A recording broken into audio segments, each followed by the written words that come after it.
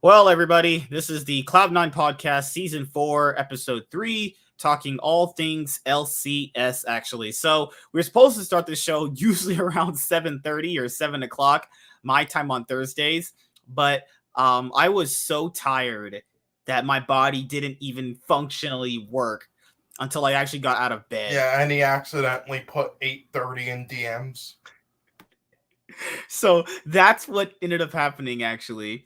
So yeah, today, if you guys actually follow my main YouTube channel, which is going to be linked in the description box below, I'm going to be fixing up the description box on this channel as well, and some of the few things on here as well. Yeah, are you gonna do like a custom background for League or? No, not really. I don't care that much. But Okay, well, I mean, it's just like a quick thing you could do. I tried that before, but I always forgot when I came into the stream. There's one thing that I just consistently forgot about. Okay, I see. For me, guys, we're having a lot of good stuff happen over there. So if you guys want to see me more consistently, then go ahead and subscribe to my main YouTube channel.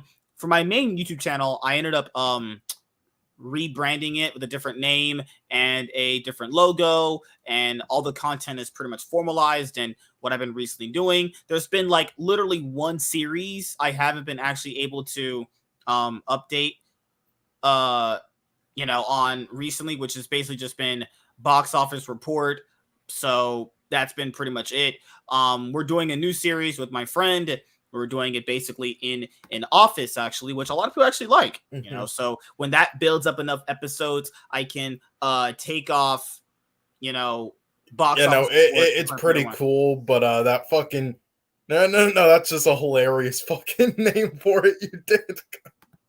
I cannot get over that fucking name you decided. The Cookies and Cream podcast. It's literally fun. So when on how like I have the shows formatted on like the channel, you have to have like 6 of them up to have a full row. So when we do like the 6 weeks worth of shows for that, then I can have that as a row instead of box office report. But don't worry, guys. If you guys like me breaking down the box office and all those stats and stuff like that is coming back. It's just a lot to do. Those shows that's a lot to do, man.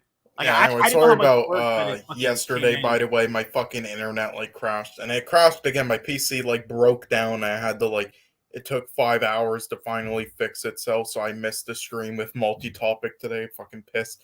But I was gonna ask you though something before it did yesterday. Now, when was like the last time do you think an LEC or LCS team somehow like made it into the playoffs at the very end that you did not expect to? Like an example. Oh, the Schalke Miracle run? The Schalke one. Remember, they were doing really bad.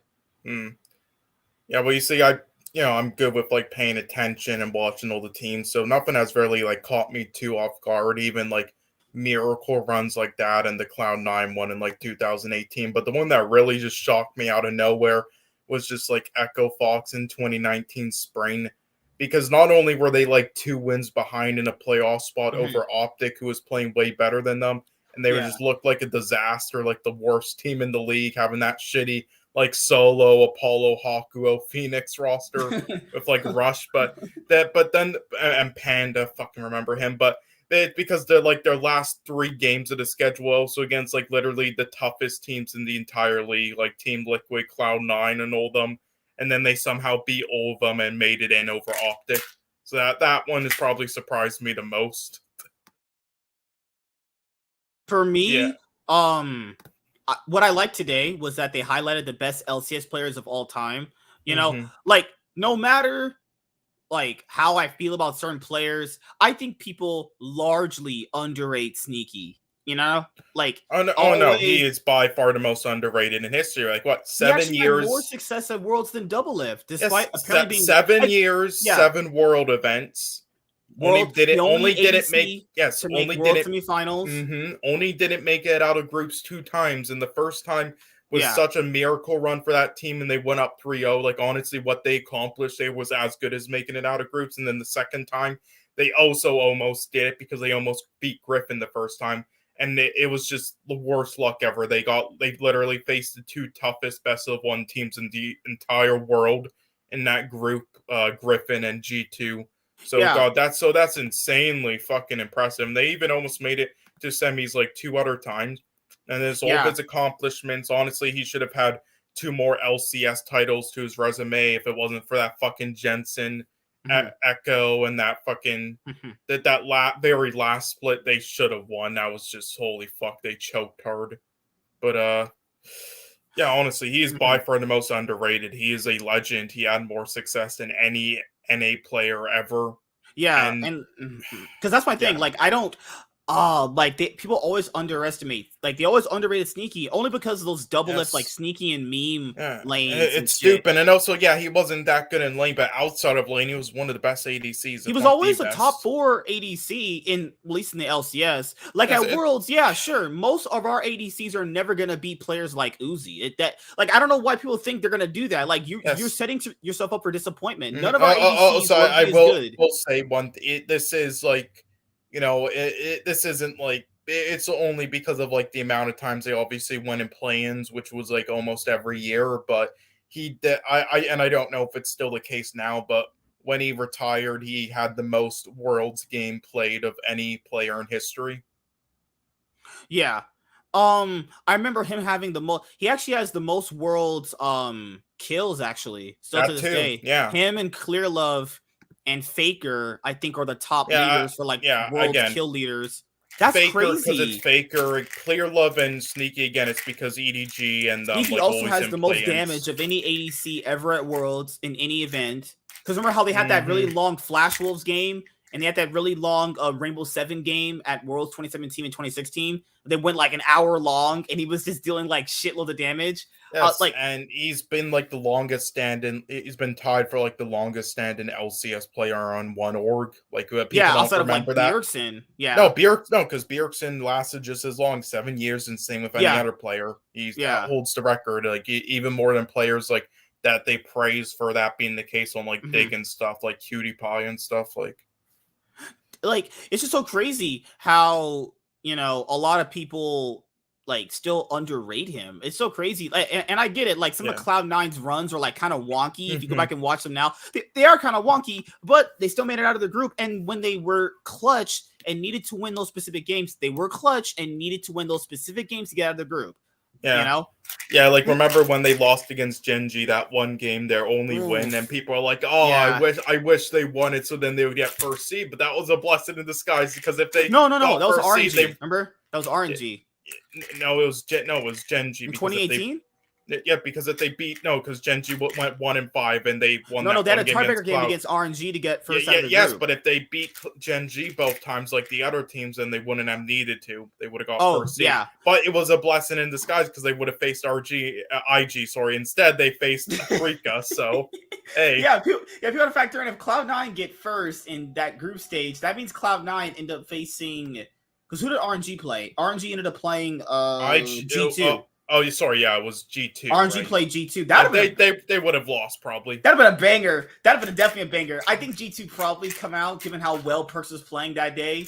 But I mean, Perks and Jensen were both playing well that day. That's still one of my favorite days of Worlds watching ever was watching Cloud9 get out of group, Cloud9 go to semis, and watching G2 beat RNG. That's never gonna probably peak because again, besides if T1 was there over G2, then that's literally that's my favorite EU team at the time, favorite NA team, favorite Chinese team on the top 4. Like that's just and G2 is kind of like my second EU team, so it's still like just as good. Again, nothing's gonna peak that. Yeah. There was no amount of words to describe what happened. We never had an LCS team make it to semis outside of like TSM back in we're not counting season 1. That wasn't Worlds. So I mean, if you somehow count season 1 Worlds, then we never had an NA team out of since 7 years. Since 7 years. Also, fun fact: NA hasn't had a first seed out of Worlds since 2014. Actually. Yeah, that TSM team with Lust. And again, if you don't want to count that because of that fluke, but because Sven Skaren, brother Sven, then there's been like no times ever besides Cloud9 in 2013 or whatnot, basically. Right? Oh man, that's fucking crazy. Holy shit, we haven't had a first seed out since 2014. That's when I started actually playing the game itself. Yeah. That's ridiculous. And it's always TSM or Team Liquid not making it out of groups. It's usually always them. I mean, Team Liquid has that IG upset from MSI 2019 that people hold on to, which was impressive too. I think people underrate how impressive that actually was. Let's put it into perspective. Back in 2014, Jensen was still called Incarnation and still perma-banned. Let's see, Gate was playing mid. Keith was the next young new prodigy. Now just put that in perspective. Oh my god. Like, one of the things that I'll bring up to people is the way Jensen always performed well at Worlds. That's exactly what people wanted from Bjergsen at Worlds. You know? Like, the way Jensen performed at Worlds, even though some of the mid laners he faced were a bit weaker in his groups, the way he performed at Worlds, the way he moved around the map, the way he out-CS'd his opponents, the way he, impacted his team, the way he roamed effectively with his jungler better, even though him and his jungler never really kind of like were on the same page, he always performed better than Bjergsen. And I think people just always just like shit on it because, well, he choked in quarterfinals. At least he made it to quarterfinals. What the fuck Bjergsen was doing? At least he made it to fucking quarterfinals. Well, he got clapped by Faker. Okay, what? Has Bjergsen even faced Faker before? Like, come on. Yeah. Remember how Bjergsen faced him at MSI 2015? He faced him at MSI 2017, and Bjergsen lost pretty handily.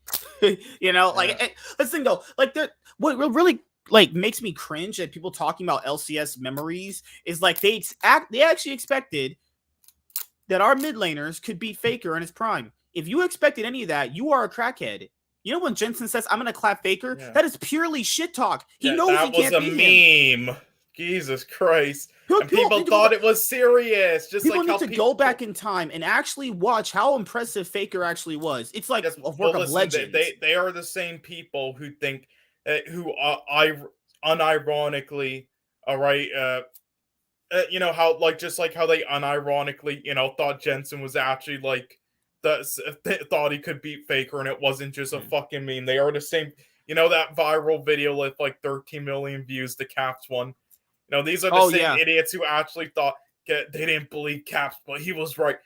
No, Caps got his fucking ass kicked, and that was a dumb choice by him. He almost lost his team the game. It's just fucking Han Sama fucking step too forward like an idiot. Oh, talking about that Misfit series. Yeah, where he picked Vayne mid. That wasn't actually losing that game. Right.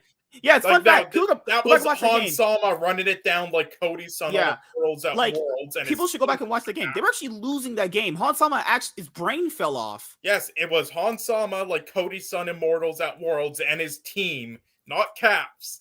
Like, holy fuck, but these are casuals, so the same idiots who believe that, so they're probably the same idiots who, see that he shit-talked Faker, and then, as if Jensen wasn't being fucking memeing the whole time. No one brings up that Caps, before he faced Doinby in the Worlds 2019 finals, he said he was going to clap Doinby. No one memeing that. I remember that. And, these idiots were actually calling Caps the best mid at Worlds in 2018. You were on drugs. In the top 4, he was the worst mid. And you're like, oh, well, what about and people say this again with, people actually thought fucking Blippo, who was, middle of the pack in EU, was a better rookie than Licorice in that 1 year when he was, the best player in all of NA in, 2018 summer. It's the same thing because of that one series. Oh, what about the Fnatic versus Cloud9 series where they clapped them? Okay, how many times do I need to say this? The reason that happened was because they went they had a downfall right before their series against them. They went 0-20 in scrims. They were just falling apart. All right, if that was Cloud9 at their peak against Afrika and in groups that was facing them, it would have been a close as fuck series. Right, because the thing though, you can't count that. I would have loved if Cloud9 beat Fnatic, but I knew that Fnatic team was better. That Fnatic team was actually just better. Well, they're better, but it would have been close. And if Cloud9 showed up, I think it was I think it's the bot lane difference. I think the bot lane difference was the big thing. Reckless and Hilson were so much better. But if they showed up at their peak, just like a freak at the game series, it would have been a whole lot closer. But I don't think it would have been a lot closer, and they could have beat them out if they got some luck on their side. Yeah. If they had some of those, if Reaper's picks actually panned out with them not mentally imploding, because they said before they faced Fnatic, they had lost all their scrims. Because before that, people had to factor in that Cloud9 team popped off because they said they saw the way Team Vitality played, so they pretty much just copied that, and that worked for them. But as history shows, if you do that, that's gonna cap out at a certain point. That's it. What's the saying though? The clock strikes midnight. It was gonna strike midnight eventually, and when they faced a team that was better than them, they lost. Like people factor in that Fnatic team was better. Reckless was so much better than Sneaky. It's like that's why they wanted Sneaky removed. People factor that's why they wanted Sneaky removed. And they were like, you got to get this guy out because Reckless and Hylissang were just so much better than Zeyzal and Sneaky. I think Zeyzal played well that tournament, but against Hylissang, it's like, dude, like Hylissang's gonna just beat his ass. A lot of people are like, how did Zeyzal play so well? And then it's like and then he like retired after like 3 seasons. Again, it's the same thing with Sneaky when he retired. Again, it's okay. Number one, he played so well that year and at that tournament because, again, whatever you want to say about Zeyzal, when it comes to Hex Flash supports, he was genuinely like one of the best in the world on the Alistar. Like Alistar, Thresh, Leona. And that happened to be the meta.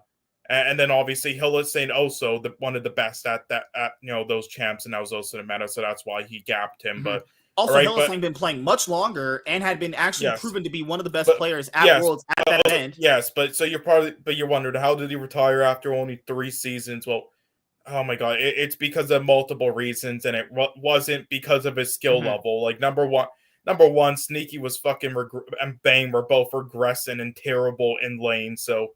A lot of people are like, Zeyzal's bad in lane. It's like, well, he definitely is not good in lane, but put him with another fucking ADC who's also bad in lane and regressing hard, both of those players. And yeah, of course, he's going to look worse, right? He was still like a number 5 or number 6 support in LCS at worst, and that was with playing with those fucking 2 shitty ADCs regressing, right? The reason why he didn't get a team after his 3rd season it's just because in LCS, if you're not like top 4, then teams, they're be stupid and not pick you up because they want to try out these experiments. Like, let's get fucking newbie from from Latin America. Or he's like this unanimous 2nd best support there.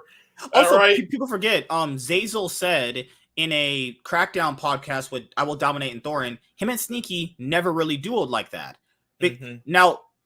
I don't know the exact reason why. Maybe you can correct me if I'm wrong. I don't know the exact reason, but the reason that I thought they never do it was because they never really actually played that well together, honestly. Most of what Zeyzal did was Zeyzal simply just would make a play. Sneaky maybe have followed up on it. Their bot lane synergy was never really good. And also Sneaky was more into like streaming, cosplaying. So, he also isn't more, you can tell he's an introvert dude. So he's not going to really go out of his way to message him to duel. I don't think he's that. I've actually met Sneaky and I've actually personally talked to him. He's not that kind of dude, actually. Zeyzal. Like, he's not going to go out of his way and be like, hey man, let's duel right now. He probably would have wanted Zeyzal to do that. I'm trying to remember who the other support was. It was fucking or the other player. Which one? I'm trying to remember another player that's kind of got fucked over. Like stunned? No, it wasn't stunned. I can't remember at the moment, but basically, just I'm saying the people like that is the most overlooked thing ever. Like I'm thinking that Zeyzal just regressed that hard after his 3rd. Like he had a bad season in season 3, but he still deserved the spot. And no, he was still like in the top 6. When he went to EG, because of that I thought he was actually not playing very well with Bang. But Bang himself wasn't good when he was on 100 Thieves. Basically another Sneaky at that time. Yeah, like 100 Thieves, like EG banking on fucking Bang. I was like, oh, okay, dude. They literally. Lemonation just capped it. He was like. Lemonation had already been washed. I don't know why. Yeah, he was like 29 years old, so I don't know why Optic picked him up. Lemonation, even from back in the day when Cloud9 were the best team, he was.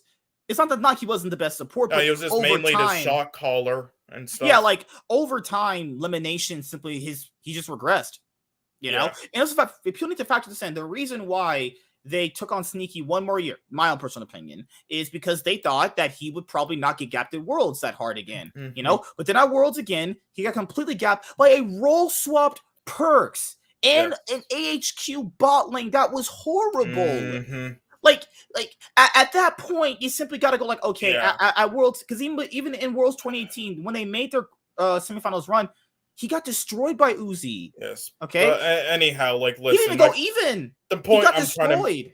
trying to make is it's not that he isn't good enough for LCS, and same thing with other players, right? He still definitely is. He would be at worst like the number 6 support probably. It's just the fact that sometimes players, it just involves like the time and luck, all right, and that just it didn't play into his card. While players like fucking Afro Moo and Solo, they get lucky with like the teams at the time, just them being available at the time and what the teams like need, and just it just at the place, and it just involves a lot of luck with like how players stay on teams. It also depends on like how orgs and players talk to each other. Like maybe that too. Like that's why Value didn't fucking get a team, because he didn't suck any dick.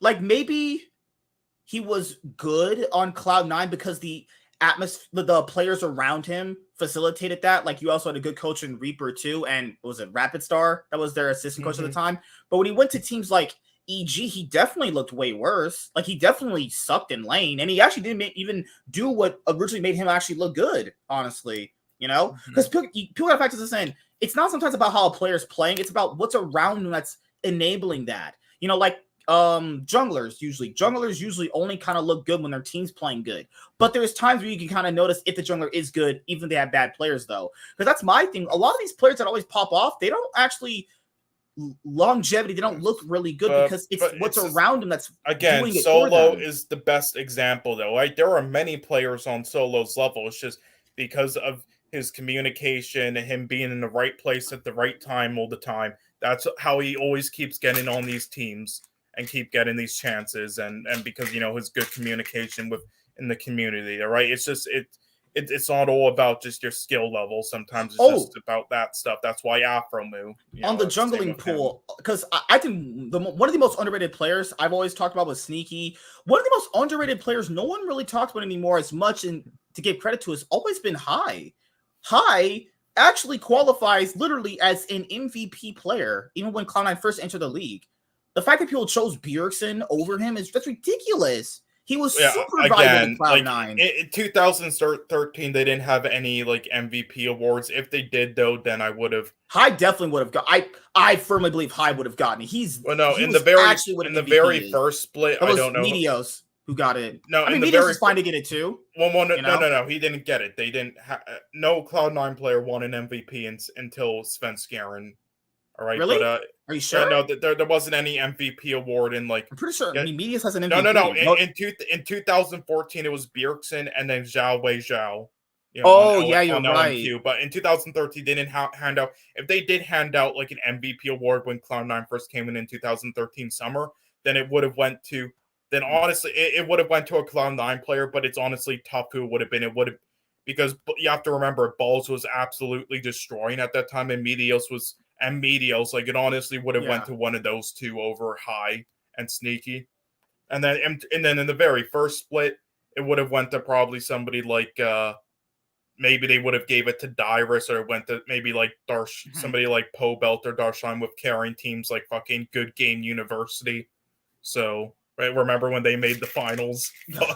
Shit, back in the day, that was before I was even watching that. Yeah, they took TSM to 5 games. Good Game University. Oh my goodness. Well, yeah, like also Xmithy. I know people want to compare Blabber to Xmithy. Okay, guys, back to this end. Xmithy, super consistent. Okay. Yeah, they're two different players. Multiple titles, and Xmithy will always have this over Blabber. Xmithy has that MSI second place finish. Blabber, I know he was on the roster for the semifinals Cloud9 appearance, but Blabber has actually, I mean, Blabber's gotten out of Worlds, groups once, right? Yes, he's not that good internationally, just like... Yeah. The thing is, Xmithy wasn't either, but Xmithy having that... also chokes internationally.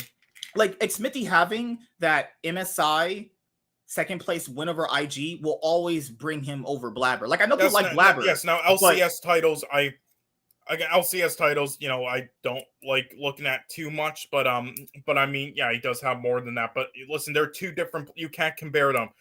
Xmithy is a guy that who plays around his lane, who plays on like around winning lanes. He's like he's good more with of a like smite, really and good, Blabber's more of just like an aggressive carry jungler. Like they're two yeah. completely different players. You can't compare them. Smithy is more of a really good facilitating jungler. That's what he really is good at, and he's super consistent at it. He is more titles than inconsistent. Yeah, like Blabber is actually really inconsistent, and the issue here is Smithy in playoffs actually always turned it on, except for like maybe a few back in the day when he first role swapped, but in the playoffs, he was really consistent. In the playoffs, he always turned it on. Blabber in playoffs sometimes doesn't look as good as he does in the regular season. It's just what it is. So I like Blabber, but Smithy's, to me, I understand why people have him ranked over Blabber and Meteos. Because Meteos and Blabber, they have this feast or famine playstyle, but with Smithy, the playstyle he has was more for what the team needed, and it always showed why he managed to win consistently. Yeah, having Doublelift as your teammate also was a huge benefit, but there's a reason why Doublelift wanted to play with that guy, because he was super good at facilitating and knowing what his junglers needed. And let's be honest, you guys, when people bring up the fact that these players aren't good internationally, none of our junglers have been really ever good internationally. I don't know why that's such a huge, is that like a coming to Jesus moment or some shit? Yeah, it's just I want you to let this sink in, all right? One of our most successful, again, besides Svenskeren, the most, the jungler in our entire history who has got the furthest in World's history, besides Svenskeren that 1 year in 2018, who was even almost made it to semis with his team. Honestly, they should have, because they were better than WE. Is fucking Contracts in his rookie year. I want you to let that sink in. All right, that's the state of NA junglers playing internationally. When Contracts got to quarterfinals, I think, right? In 2017, first year. All right, yes, and they honestly should have made semis. They were better than Team WE. Did Meteos make quarterfinals too in 2014? The Group of Death with Cloud9? Yes, but they went to 5 games. They went to 3-1. So the Contracts was more successful, and they honestly should have made it out to semis. If Cloud9 had actually got that base race off, they would have went to 5 games. That'd be pretty epic. I don't think they would have won. They would have got destroyed the next game. Oh yeah, that's a great shot call by High there. Good job, bud. Oh my goodness. Yeah. That's crazy how Svenskeren's the only jungler that we've ever had to make top 4 at Worlds. That's fucking crazy to think about. And he was playing insane. Again, he's not even in the league anymore. He's not even playing anymore in the league. And That's ridiculous. He was like a substitute just for namesake and whatever. Yeah. That goes to show you how crazy LCS players get rotated around. The only jungler we've ever had make top 4 at Worlds is not even on a team anymore. Also, you mispronounced his name. It's Spillskeren. Oh shit! Oh yeah, when he kept spilling his cups on the stand. those fucking Korean players were probably raging out like, Jesus. Oh my goodness. The other thing I'll bring up with the LCS players is I think Pobelter's always been severely disrespected by a lot of people. Just because of recency bias. And yeah, he was never an amazing mid lane or anything, but he was always good at. He was always what Smithy was. It's just for mid laners. He was always top 4 for many years. There was a meme about Pobelter. Remember? There's this Pobelter for this lane X player. Pobelter had that thing. Basically, guys, Pobelter was literally Smithy for mid laners. He was never always the best. In his last years, on FlyQuest and CLG, he was absolute dog shit. All right, he was the worst mid laner in the whole league on FlyQuest in summer that 1 year. All right, but again, just that just shows how many casuals and newer viewers there are. Do you guys realize how many dog shit teams Pobelter was on in the past that he himself single-handedly carried him, and also Xmithy on his old teams? Remember fucking Winter Fox? I remember him playing. The reason why people don't think he's that good is when he went to actual international events, he actually just looked like shit. At MSI 2019, he looked. That's MSI 2018. He looked primarily pretty bad, actually. He looked really bad. If his international events had went somewhat decent, I think he'd be a player I've said, he's the only NA mid to win consistent titles ever. And he doesn't even have a team anymore. There's so many players I remember just being the mainstays of the league, just not having teams anymore. Apollo, Hakuo used to be a really consistent bot lane for North American LCS. Where are they at now? Apollo coaches for Golden Guardians, but Haku, I don't know. It's really crazy how the turnover in LCS has been really crazy, these past couple of years. Santorin at some point was in Challenger. Now he's back on, Team Liquid, but he had to prove himself on like FlyQuest for a number of years until Team Liquid actually gave him a chance. I think Santorin's done on Team Liquid after this year. If anyone thinks Team Liquid is keeping Santorin literally after this year, they're going to be done with a lot of players. Like, honestly, I think they might be done with Bjergsen already. I think they're done with. They signed Bjergsen for another year. You might want to get another year out of him, but I don't know. But again, who are going to replace him with, though? This roster up, though. They said they would blow it up if they either don't make Worlds or they don't win one split. And at this point, they might not even make Worlds. Like this roster could. Yeah, we'll talk about it now. Yeah. Like, honestly, Hans Sama, do you think he's going to want to stick around? Like, and no, again, no. Yes. Do you think Blippo, they're going to do you think either sides will want to stick around with their egos? I mean, Blippo stayed on Fnatic a while, despite all that. I don't know. I think he might stay in NA, but I don't think he's going to. I don't think he'll be on Team Liquid. Yeah. No, okay. Again, let's go to the standings. Core JJ might be the only one who's loyal enough to stick around. Let's go to the LCS 2022 Summer Split standings after week 6. All right. Yeah, so but I will say, though, like, if there's ever jersey retirements in the future, I mean, yeah, Sneaky should definitely be like on the first list. Him and Dyrus. Or if they make if you go to the LCS studio, which I'll be going to hopefully next year when I have a better job. Hopefully, I'm just waiting on an answer soon to get a better job when I can have more flexibility. And if they ever have a Hall of Fame part in the LCS, if Sneaky's not there, I'm causing a riot. Sneaky and Dyrus should be like on the first list, honestly. I never thought Dyrus was that good, dude. Dyrus was always horrible, man. Yes, but he was good. I mean, player. It's not always about like being the best, though. He wasn't even a good rock player. He wasn't even a good tank player. I don't think this is my hot take. In the very early days. So again, like that, I'm talking about players like Hotshot GG. Those. Oh no, in that era, yeah, like the modern era when when the early modern era when I came in, when people were praising him, like. I didn't think he was ever that good. Yeah, no, in the modern era, yeah, he regressed. He was old. He was about on his last legs. But I'm just saying, like, in all eras, like... He couldn't even play Malphite at a certain point. Dude, it was horrible watching that guy. Yeah, like, that's why, like, people like I'm a Cutie Pie would probably get him because of his era before the league structure. Well, all right, guys, let's go over the standings. Let's go from bottom to top. Yeah, I will have one question. We'll do this first, but I did have one question about that thing I wanted to ask you after. But anyway, we'll wait. But so Dig, fuck me. I don't even know what to say about this team anymore. But this is what they did. Let's sum up Dig. This is exactly what they did. And if anyone disagrees, you're a crackhead. And I know you don't know anything about the industry, about League. They sold their best player to Golden Guardians, and they brought up 2 random players to build up. Because they know their season's over.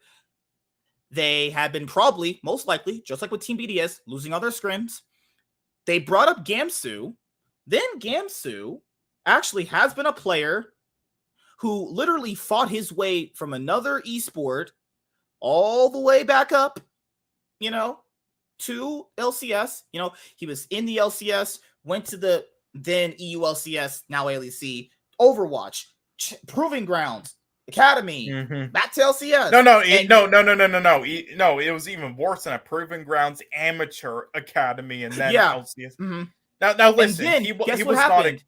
He was their only consistent. He was actually one of their few consistent players. He was actually playing much better as the weeks went by. You can kind of tell he was still rusty being on the LCS stage. He was actually playing a bit better as the weeks went by. And you know what they do to him? They're like, fuck you, Gamsu. You can have, who's better than you? Hoon.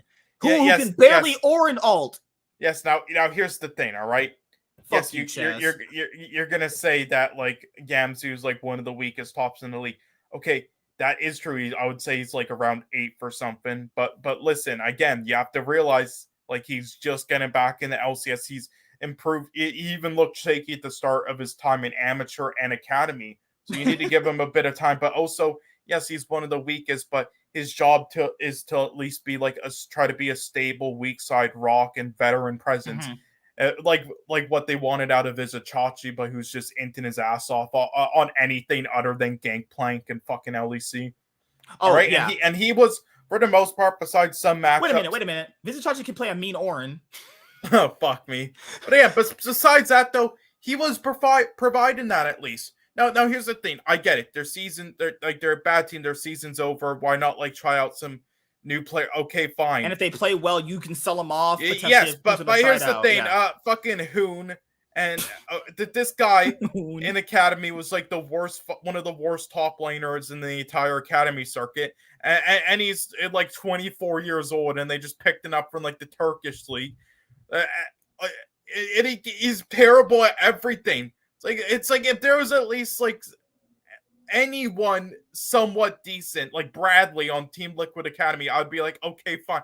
But like, what the fuck? This is the thing. They sacked a player who literally has had what most would call a roller coaster of a career in esports, and did a miracle comeback into the LCS, and was. I'm not gonna lie, Gamso, I thought he was pretty fucking bad for like all the weeks he played. But that week they played up against Cloud9, and the week before that, he was actually coming into his own as a player. He was actually playing a lot better. You can tell he was rusty. You got to take time with him. Diggs, what was the org that they were like, we're gonna be all about NA players though, no imports. Remember last year they were like imports. They were making fun of a lot of imports. A lot of these cringy, stupid Reddit retard incel neckbeard morons were on Reddit going, yeah, Diggs, the NA org. They swapped out Gamsu for another import. And they also have a Turkish mid laner. Yippee. And that top laner players outside of Bifrost no, actually Spawn and Bifrost are not bad. I don't think Spawn is bad, actually. Yeah, no, also their top laner is from their top laner is from the fucking Turkish league. That's hilarious. This guy Zayu, who they just brought in, this guy's horrible. I don't know what they saw in this guy. Now listen, Zay, again, just like that. Again, if they was somebody decent, but these two guys were like some of the weakest in the Academy circuit. It was the other players who were like winning them games. Zayu had potential at first, but he never reached that. So I don't understand why he's getting a chance out of so many other junglers in the league. Like, honestly, get fucking Inori in. Inori deserves another chance over this fucking guy. People like him and fucking Darshan. Like, this is just... And Blue's still fucking bad. Now again, Biofrost, best player probably, but yeah, him and... I've liked what I've seen out of Spawn, but there's nothing he can really do, honestly. Yeah, him, again, Spawn and Neo, they're both indifferent. They're both good. It's just it just depends on what your team needs and what you want. And they, Spawn works better with like what they wanted out of their team, and with Biofrost, and Neo needs to really improve on like his builds. Honestly, that's the what's up, Chakok? How you doing, man? Yeah. Dig are horrible. Dig literally went. This is exactly what happened. Dig lost all their scrims. They were like, you know what? There's no way we can make playoffs. There's definitely no way they can make playoffs now. They're out of playoff contention. They realized to themselves, let's just sell our best player, River, to Golden Guardians. Then let's bring up a random Academy top laner who. I even watched the game too. Hoon is bad. Yeah, no, he is top terrible. Laner who can't even Orin ult properly. He can't even Orin ult. Yeah, remember Fudge's debut game on Orin where he couldn't land a single fucking Orin ult? That's like this guy. But last week, Gamsu outplayed a 1v2, and they were like, you know what? Outplaying 1v2s can't Orin ult. Man, the decisions I have to make on this org, right? Oh my god. I mean, Blue's had a few good games, but he's kind of regressed. Like last split, he was way better. Last split, he was actually way better. Blue's the same thing. Completely regressed. Blue's the same thing. We've said Palafox has improved a bit more, but I still don't think he's that good or anything at all. I think it's mainly just Azir that he's.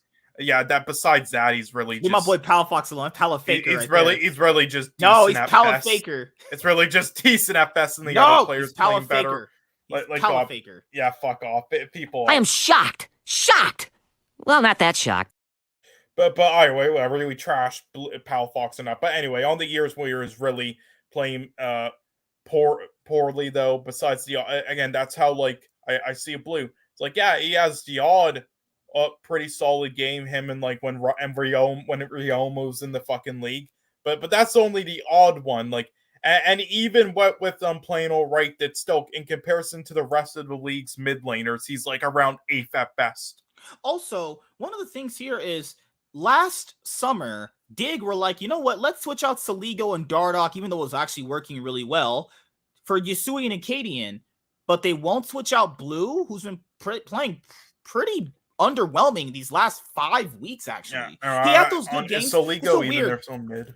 he had those like Dignitas had good games against Cloud9, but even those good games from them, you weren't confident that they could close those games out. Okay.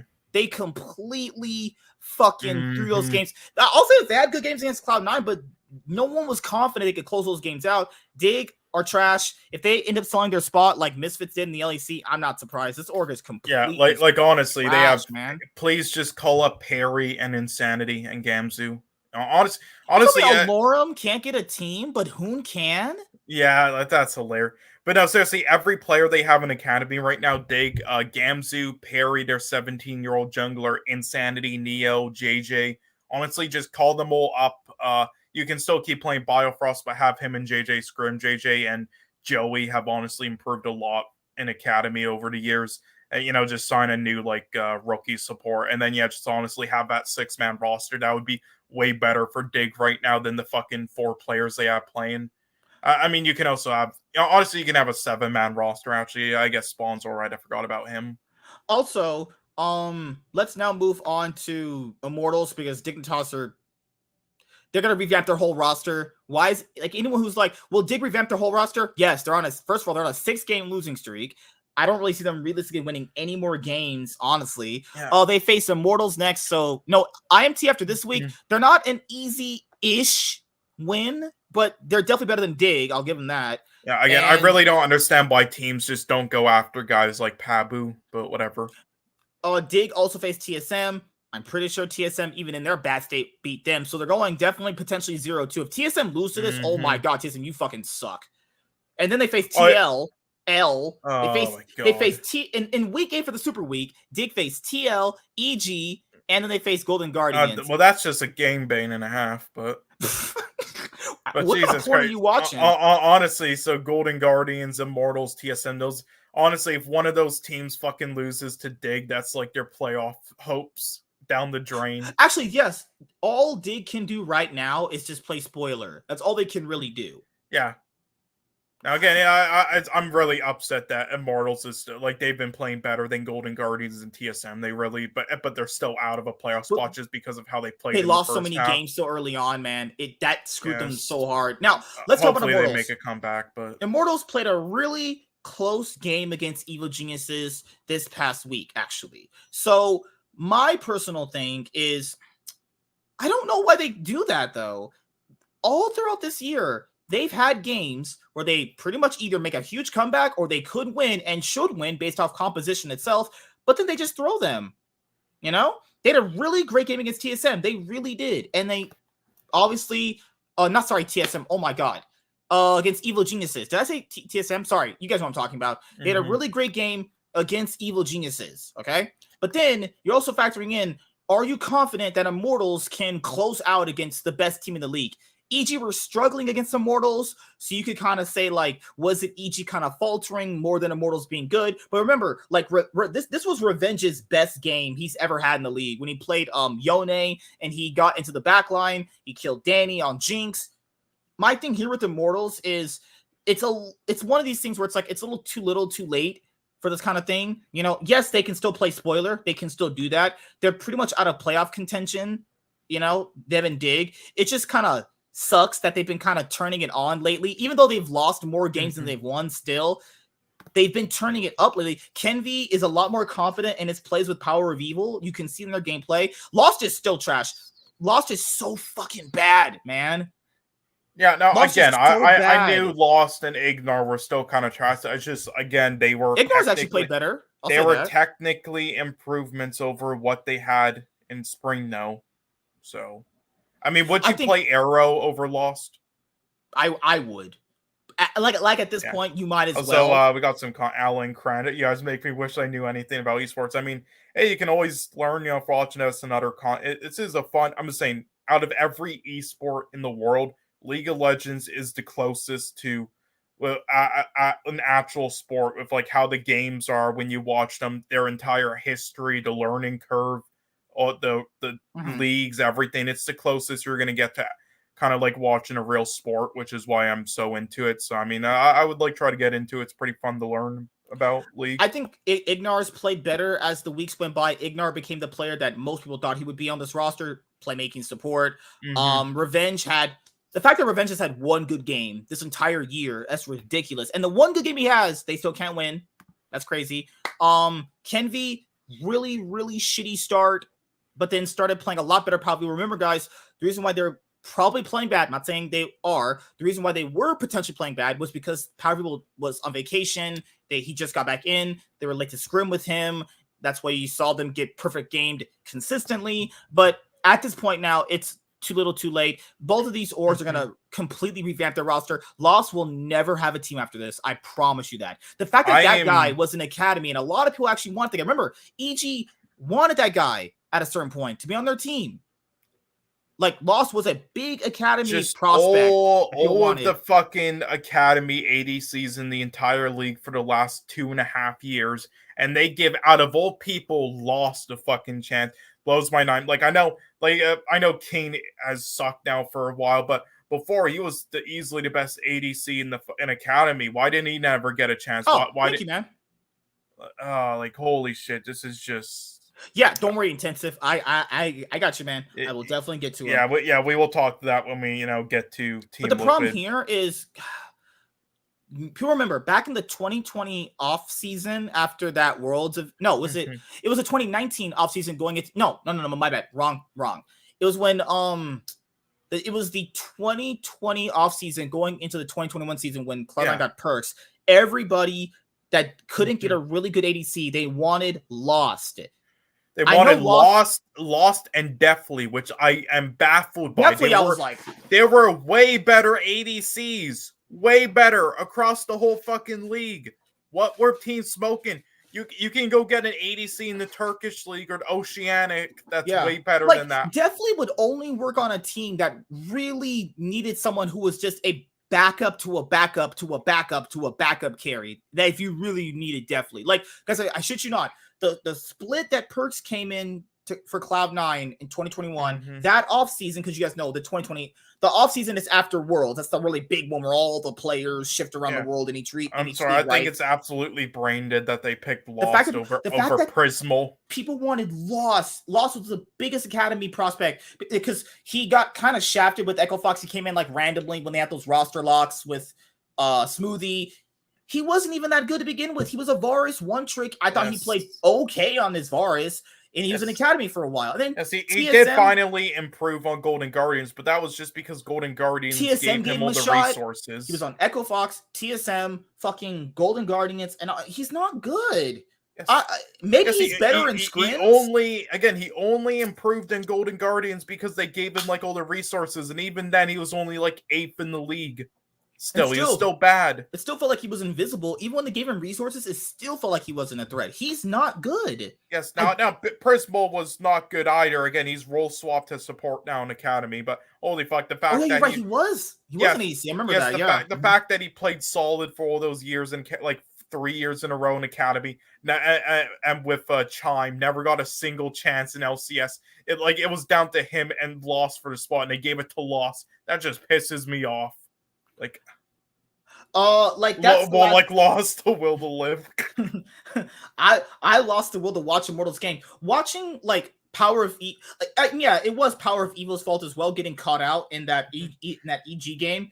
But watching Lost just kind of sit there and watch his team carry his ass and him just sitting there getting caught out was like, my holy shit. God. This shit happens like every year on Optic/Immortals. There's like a mid laner who looks excellent despite his dog shit team around him, and we give him like 3rd all-pro team. And then the split after, once there's a new revamp roster, they start playing like the worst in the league. Like that's what happened with fucking Crown on CLG. Now it's happening with Power of Evil. He's been playing so bad. Holy shit. So that's my thing, guys, with Immortals is no, it's not a maybe. No, they will. They will. That's not a maybe. That is 100% guarantee gonna happen. Hopefully Kaori gets a chance.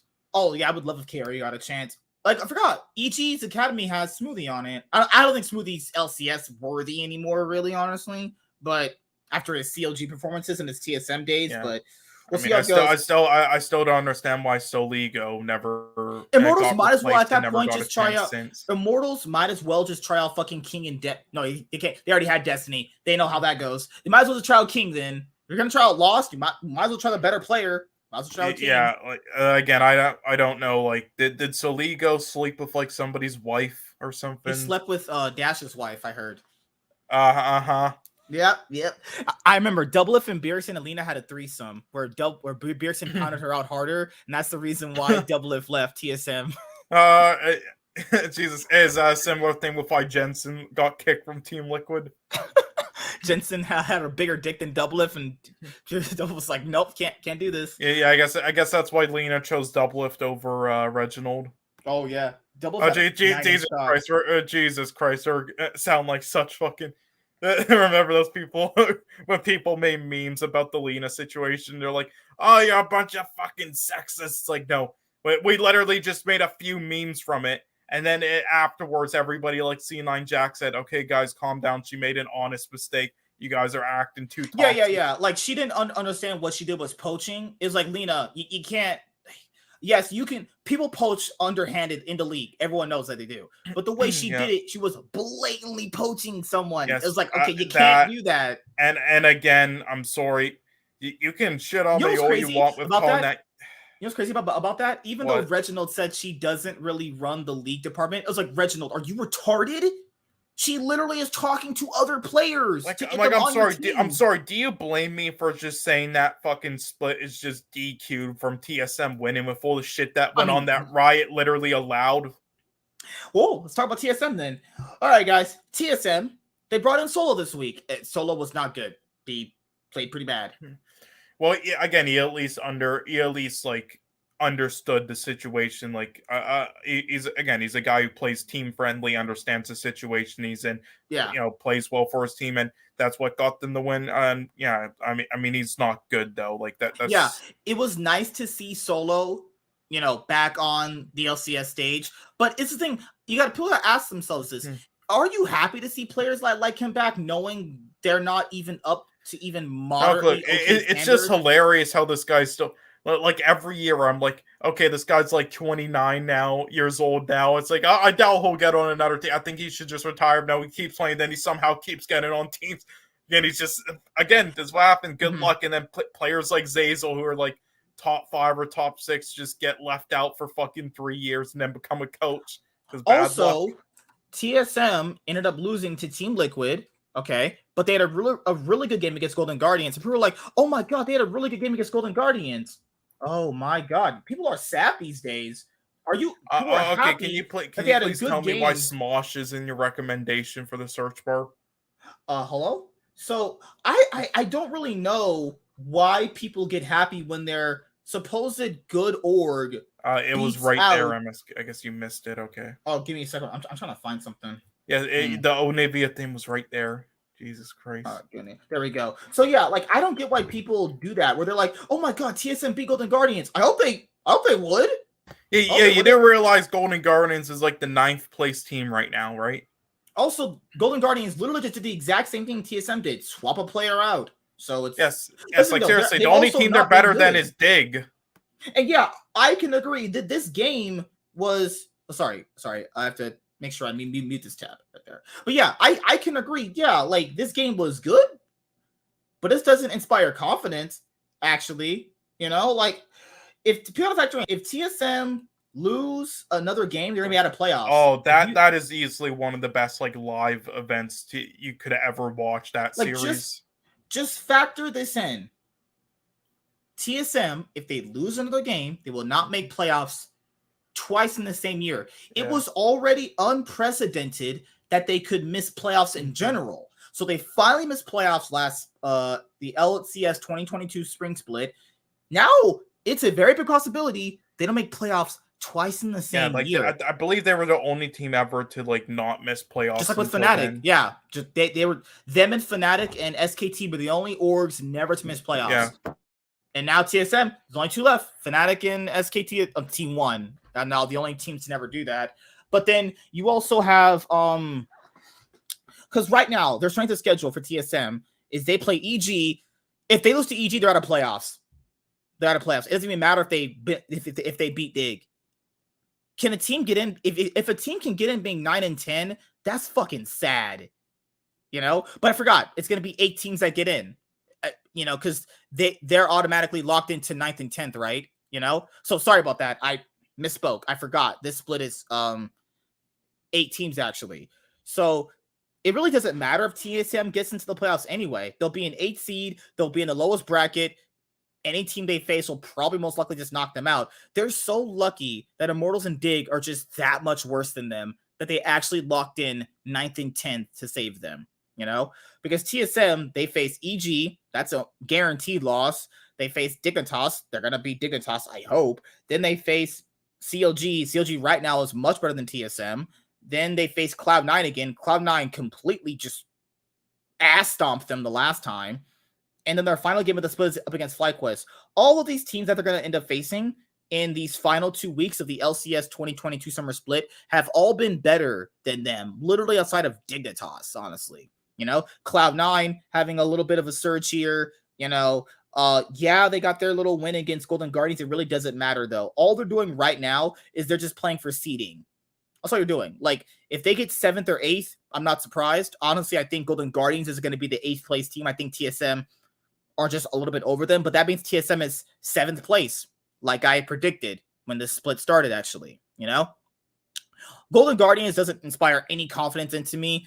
There was rumors today that they were actually going to be like swapping up their roster. It would make sense to swap up their roster right now because they've been performing exceptionally bad, honestly. Let me see if there's been any confirmation on that right now. Let me see. Let me go to .esports. Let me go to League of Legends. Let's see. Rogue is playing matches remote for COVID. Okay. All these ads are here. Holy fuck. So many ads. Okay. Let's see. And if you want to laugh at like NA more, just remember that Peanut was gonna join and wanted to join NA, but all the teams, they were too full at that point with players like fucking Rush. And now he's like one of the best junglers again in LCK. So just let that sink in. Yeah, there was some people bringing up the fact that Golden Guardians were swapping out their academy players for Leader and someone else. Remember, people forget Golden Guardians Academy has Leader. No, they're dead last right now. Like Leader has again. A lot of people said that, and just like the people who said Summit. If Summit played well enough and Fudge didn't, then they would replace Fudge. Like I knew that wouldn't be the case for multiple reasons, and it wasn't. But it's the same thing with that. Like, no, Blaze Olive is playing way too good. They wouldn't have. But and Leader, like their academy roster has been so fucking poor right now. They're dead last. I am Germ said a Blaze Olive playing in academy seems to confirm plus Leader minus a Blaze. Also, Prismal appears to be going to LCS. Again, this is Ole not playing academy. Dead. But Ole not playing academy, not sure why.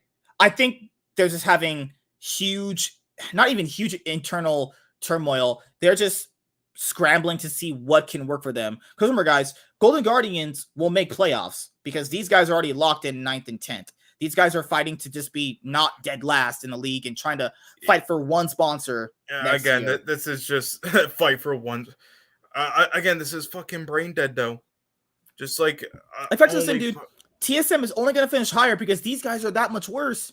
Again, that's Golden sad. Guardians, their academy team is literally dead last. Leader and them have not been playing. Leader had a bad split last year. Remember how Warren was telling us that Team Vitality? I was like, Warren, that Team Vitality team is not good. Leader was playing bad, legitimately bad. It doesn't matter about his what stats. Are they doing? Blaze Olive has been fucking great this year. Honestly, Blaze Olive has been one of the top 4 mids in the LCS this year. He's been great. And fucking okay, again, Ole is just like Gamsu, replaceable, and he misses a lot of hooks. I can understand that, and I'm glad Prismal is finally getting. Now I don't know how true this is because again, a lot of stuff on this roster stuff is like can be glitchy sometimes. Like it said at one point that Perry, that literally the 17-year-old jungler they just signed would be starting started instead of Exu for Dig. So it can be glitchy, but she's cute. Or players playing in academy doesn't mean too much sometimes, but it could just mean many other things. But that pyrotechnics and LCS academy. No clue. Yeah, and also Yeah, I that's am probably Term is one of the worst fucking people in the industry. So you know, it's not he's not somebody you want to trust too much. But I mean, Oh, I love whatever. Iron Gem. I His mean, content's I great. can understand giving Prismal a chance finally. You know, and again, Ole's replaceable as fuck. Okay, He's let not. me see He what their hasn't even been academy team good. is. But Let's see what the their Blaze academy Olive team one is. just fucking baffles me though. Why would they do that with a Blaze Okay. Olive? I don't get it. So this was their academy team. Concept Acadian. How was Acadian still in the whatever? A Blaze Olive, Array, Hustlin. Yeah, again, it must be like a 6-man roster thing, maybe. I don't know. Like, They again, must maybe. have literally scrapped even their bot. Let's be honest here. Like, isn't the problem with Golden Guardians too? Why is Golden Guardians in 2022 still thinking that Stixxay is a top tier ADC in the league? He had no clue. one good Twitch game, one, and he still looks shit. Yeah, again, I guess they just want them to scream while. together, but what the fuck? Like, this is the thing. This is why people get mad at the LCS, is they keep bringing in washed up play. Stixxay's actually been bad for so long. God, I'm sorry. If Gate in like 2020 was able to get a fucking chance again on Immortals after like 5 years in Academy, and after being role swapped, and holy fucking one actually. Like this is ridiculous, people. Why is players like Stixxay still on LCS starter? Like, why is Stixxay still an LCS starter? That is ridiculous. Like, that is just clue. This is just blows my brain. There's a reason why Golden Guardians will never, ever, ever, ever finish anything outside of that 5th to 6th place that they finished back in 2019, actually. You know, when they lost to FlyQuest in that quarterfinals and they almost made top 4. I just realized something. You know why they might be playing Prism? Okay, so here's the thing. Again, the Blaze Olive thing is fucking brain dead. I don't get it. He's been great, but maybe it's like maybe they've been going through scrims and shit. Again, they're desperate. Their team been playing horrible. They're literally like the 9th place team. They should be 9th under Immortals and TSM. Maybe like River said that he plays better with Leader, even though their academy team's dead last and Leader's been playing poorly. And then remember, Leader takes up an import slot, and so does River. And remember, Ole doesn't have a green card yet, right? For some reason. So I guess they have to play Prismal. Like, I don't know, guys. This is just borderline ridiculous. Golden Guardians, if they finish 7th or 8th, not surprised. They should finish 9th. They're easily 9th. Like, I'm sorry, Immortals and TSM been both playing better. I mean, also, guys, factor this in. I mean, like, yeah, because I'm pretty sure IMT and Dig are locked for out of playoffs. So no, they're not locked for out of playoffs. Immortals can still make it. This thing, no, they can't. Are you sure? I mean, they're one game out. 10. Oh, yeah. This is the thing, though, is, I mean, maybe I was right. Maybe I had my information a little bit confused because the playoff scenarios right now in both leagues are really confusing right now with every team being so close. Well, the playoff scenarios in LPL is really confusing. I don't know. Like, these usually like an off number of games. Like, so you're still saying to me there's a good chance TSM could still miss playoffs, actually? Well, there's a good chance either of these 3 miss playoffs. Like, that's close. But I mean, I do think TSM deserves 8th, but because I thought being already locked into 3 and 10 would already mean you're out of playoffs, actually. Because BDS was out of playoffs being 1 and 15. These guys are 3 and 10. They're 2 and 11. I mean, if you're not locked out of playoffs, well, what do you mean? That's crazy. If their teams are 4 and 9, then no, you're not locked out already. Oh, Ryan says it's possible. IMT beat Dig or GG. What the fuck? If IMT beat Dig or Golden Guardians, they can make playoffs. The LCS, that's disgusting. Again, Immortals and TSM have both been playing better than Golden Guardians now. They should. TSM should get 8th, and Immortals should honestly get like 7th seed. That's how it's been right now.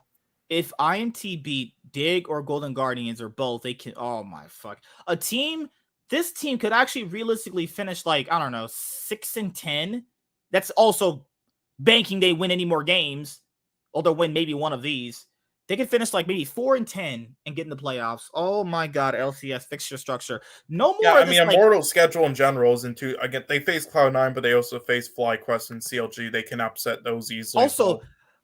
This is why they should just do 6 teams for summer too. They do 6 for spring, which is perfectly fine, but they do 8 for summer. And I get it; they want to have more games before Worlds because there's not much, games before Worlds because Worlds is in October and there's no league for September outside of like LCK finals and LPL finals actually.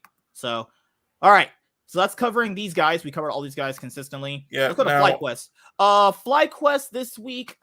They had a really close game against Cloud9. Cloud9, Berserker, he got the pentakill on Zeri. Yeah. They had a really bad dive against Fudge, which resulted in that. FlyQuest could have easily won this, but they lost their brains.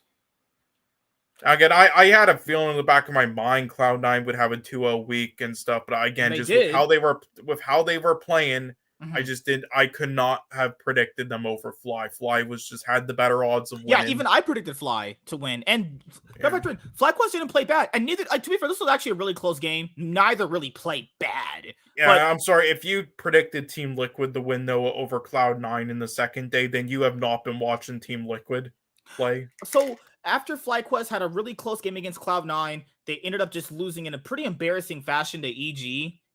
So my thing with FlyQuest right now is the same way I feel about XL. I think they're just the XL of the LCS. Like they know how they want to play the game, but their players are still not as good as the. Who would you say is better, them or CLG?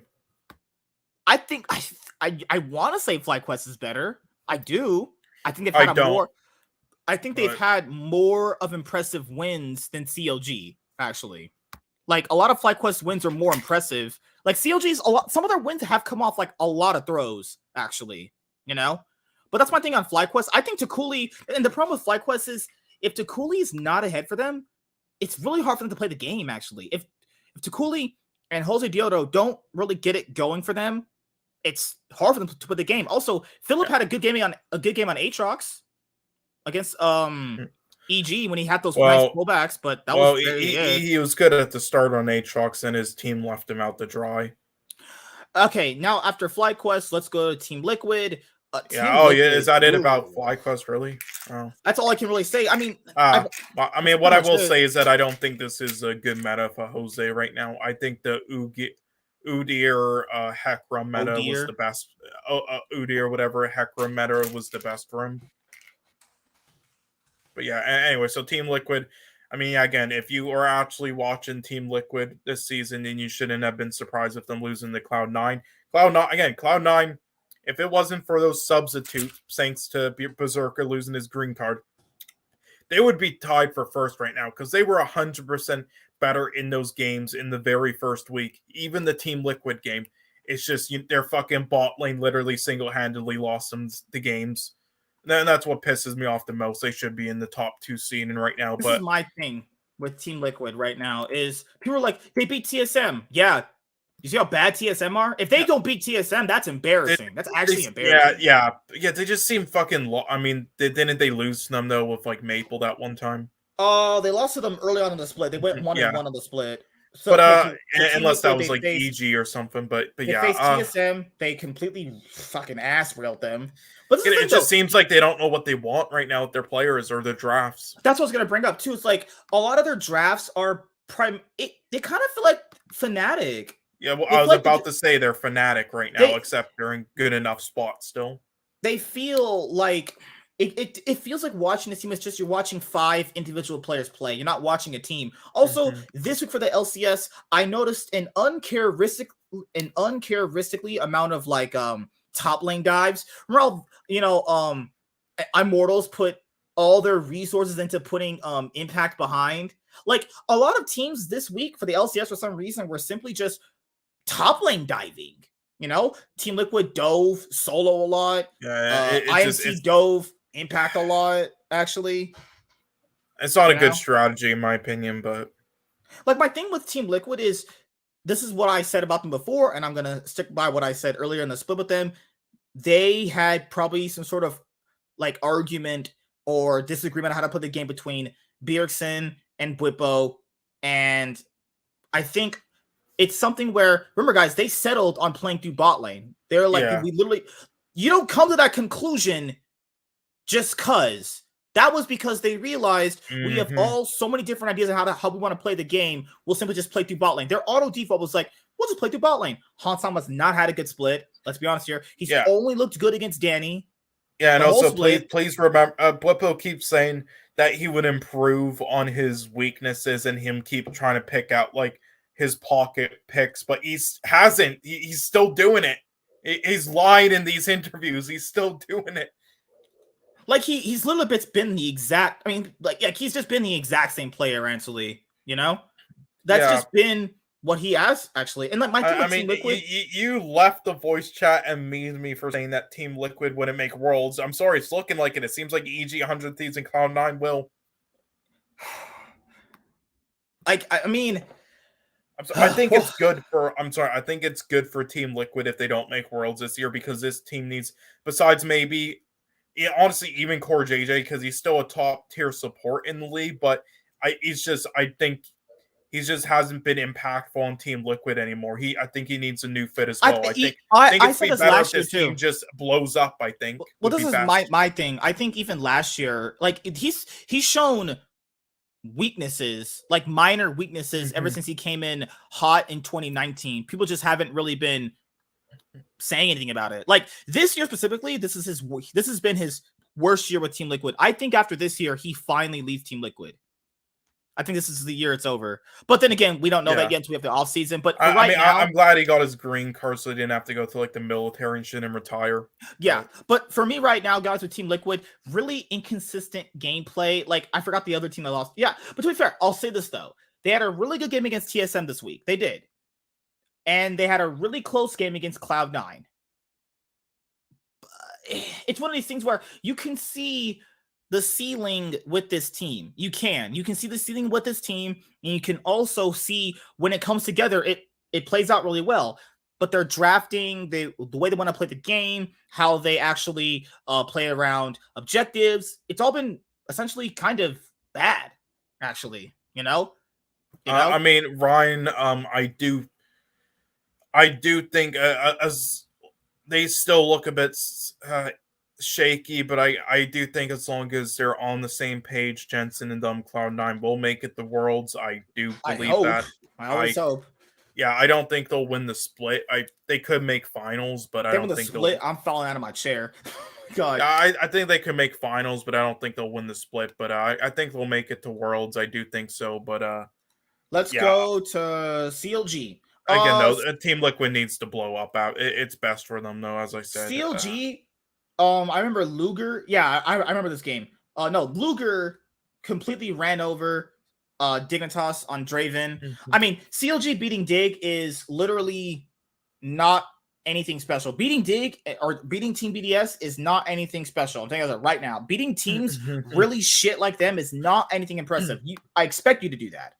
Yeah, now, I mean, I will say, though, I mean, CLG does have a weaker scheduled to end the year off. Like you have to remember, not only are they like 8-5 right now, they succeeded expectations. I was right. Fuck you. But CLG had a close game against Golden Guardians. But yeah, but look, also they did this against all the strong teams, honestly, because they're scheduled to end this. Besides the next game coming up against Cloud9, they have honestly a weaker schedule. They're facing Fly, TSM, and Immortals out of like 3 out of 4 of those games to end this season, unlike all the other teams that faced honestly like 3 out of 5 of those strong teams to end the season. So they can honestly they can get third, honestly, I would say. So for me, they had a really interesting close game against Golden Guardians. It was kind of back and forth, and they had a smash against Dignitas. So I don't know how to really still feel about them. I think Palafox has scaled up with the split. I think Contracts looks better now that they have Dokla. Dokla is still pretty hit or miss. He's a middle of the pack top laner for them. I think he's been good, though. And again, I really never understood the extreme hate he got on Optic and how it took him this long to get another chance. I still think he's not been super impressive, though. I think he's been right. But he's been what they needed, and I think he's been good. And Contracts, I think, it's been great. I think Contracts is less deaths come from having an experienced top laner, and they put Jenkins back in the academy. Yeah, Jenkins. Luger and Poom. Honestly, again, Jenkins was even worse than Fake God. He makes MSK look good. That's I was gonna bring up earlier, like last week. I think Luger's gonna be in my All Pro for ADCs. I think he's played great this split. Honestly, he's played amazing. People are underrated because again, in the first split he was, and before he got the starting spot in Academy and stuff in that one game in 100 Thieves, he was the carry. And yeah, he can carry games. He's a great ADC, but this split now he's been taking more of like a backseat role, like Kabe kind of. So, but I don't think so. And he's been getting compared to other players. Yes, he's been kind of like letting other players at like even when they gave him champions like Senna, they still utilized him as the carry. What I'm saying, they've been giving other players more resources and like carrying with. He's been letting other players try to carry games more. I think he's been kind of. More like Kabe this year, and getting ganked a lot, and again, all these teams keep ganking him in lane. So because of that, a lot of people are like underlooking him and saying he's been like playing worse this split, which I highly disagree with. I think he's been excellent still, but like if you want to point out too, like even people like Poom, people are like, yeah, is Poom really doing anything? No, a lot of how they play the game, if you watch how they play, it goes through like what Poom does when roaming on the map with contracts. I think this is reminding me of, if there's a team in the LAC this reminds me of, it reminds me kind of what's a team I could really point to. Origin maybe when they were good. No, definitely not. Really, Origin with like the Destiny roster in the first. No. I was talking about it's kind of like another. I think we have 2 XLs in this region. Jesus Christ! You have a combination of players who are like not the best, but they have an idea of how they want to play the game, and it's all similar, so it comes out better. Again, I still think Palafox is overhyped by the community, though. Again, besides he's had a few good past few weeks. Again, he's like Jizuke for me when Jizuke came in. He's good with certain things that majority of other mids in LCS are not, which he takes advantage of. Other than that, though, he's just decent for me. Oh, I was gonna bring up Ryan that like I think it's mainly the team around him, and it's mainly just Azir that he's really good with. Now, I'm not discrediting. He's still solid, but to me personally, I still think FlyQuest is better than them. But right now, FlyQuest had I think CLG is better. I don't think so, dude. I still think Takuli's better. I think their bot lane just like gaps them. I think top lane there. I think the bot lanes are about even, honestly. But I think they edge out because of the mid lane position. Top jungle, actually. I think Phillips performed better than mid lane. Dokla. They're obviously better, but again, top jungle I do think are even. I think Phillips out-edged. Phillips definitely been playing better than Dokla. I think Dokla's been playing as well as people have been saying. He's been playing all right. His Fiora games look wonky as hell. His gameplay games are like all right. You know, like I really don't know what people are really seeing. He's been a middle of the pack, middle of the pack top laner. I think Dokla has looked worse than Philip just because I think like he's the type of player who always like sacrifices his life so then they get leads everywhere else around the map. Like Dokla overextends too much, then gets ganked. I don't think he overextends that often. I think it's made. I think he's had mostly come through him. No, but but he does. It does look like he overextends, but I think it's more of just like he realizes that it's just the other teams focused him and he like it's like in voice comms or whatever he like tells he then purposely like overextends more and then baits them in so his team gets leads around the map. Doing a really bad job of it. Because then his team gets leads around the map every single time they do it. I think it's more of a strategy. They're not playing anything special though. They're playing like a pretty middle of the pack team themselves. It's just because that's what I was going to bring up earlier. Their players aren't like actually anything super special outside of like Luger. The problem here is the teams with better players like these guys will have, they're just kind of just playing worse though. I think CLG is kind of the beneficiary team of these teams with better players playing worse, honestly. I mean, I'm not saying I don't think they're like a top. I do think they're like fifth. They'll probably end up getting fifth, yeah. I don't think they're top 4, but who do they face in this week? They face Cloud9, and then they face FlyQuest. Yeah, but again, besides we'll figure out if CLG is better than FlyQuest. Actually, we'll figure it out. I do think they are. I do. I think FlyQuest is 6. I think they have an actual worse team. Also, Ryan, I don't remember much about Ninjas in Pajamas to say. Oh if yeah, I they're, remember. to say if they're similar. But also, didn't their org like combine with Victory 5 in LPL? No, I remember Ninjas in Pajamas when they came in with the EULCS when they had Nagne. Yeah, I remember horrible. their CS:GO team that was just dominating the whole world. Then they had that scandal where the fucking players fucked them over. Again, aren't they like combined with Victory 5 now in LPL? I thought they were gonna buy an LPL slot. That's the last thing I heard from them actually. No, they did. I think, but it's Victory 5 who still owns most ownership. That's why they're still called Victory 5, right? I think so. Because that's the team they bought, right? Let's go to Cloud9. So Cloud9 had a really unimpressive 2-0 week in week 6. Well, besides Berserker. This 2-0 week, that was horrible. This 2-0 week was close. So they had a really unimpressive 2-0 week. Then they also had a really impressive 2-0 and an unimpressive 2-0. Them and 100 Thieves are now 4-0 in the back end of the split. Cloud9's early games are really, really bad. Actually, the problem here is I'm still gonna root for them. I'm always gonna do that, but I'm not confident in their early games. If they get behind, it's really bad for them. Their early games are atrocious. Actually. This is like. I think honestly the biggest issue is Blabber. I don't think he's been doing much for his lanes at all. I don't think it's Blabber, honestly, dude. I really think it's Jensen. Actually, Jensen hasn't been really that good this split, honestly. I don't think he's been great or anything, but he's had no standout games at all. The teams keep ganking Jensen, so I can't blame him too much. But it's like out of later on in the games, he does a good job. Even games where he's not like perma gamed, he hasn't looked great, honestly. Neither him or Bjergsen have looked great this split. That's really crazy. I think he's looked good enough. I still think he's like 4th or 5th mid laner in the league. Sven can only play like 3 supports: Nautilus, Yumi, and Tom Kench. Remove he's better. I think he's better now. The only champion he's really substantially looked good on outside of Yumi and Tom Kench has just been Nautilus, and Nautilus is super easy to play. Let's try to rank the mid laners.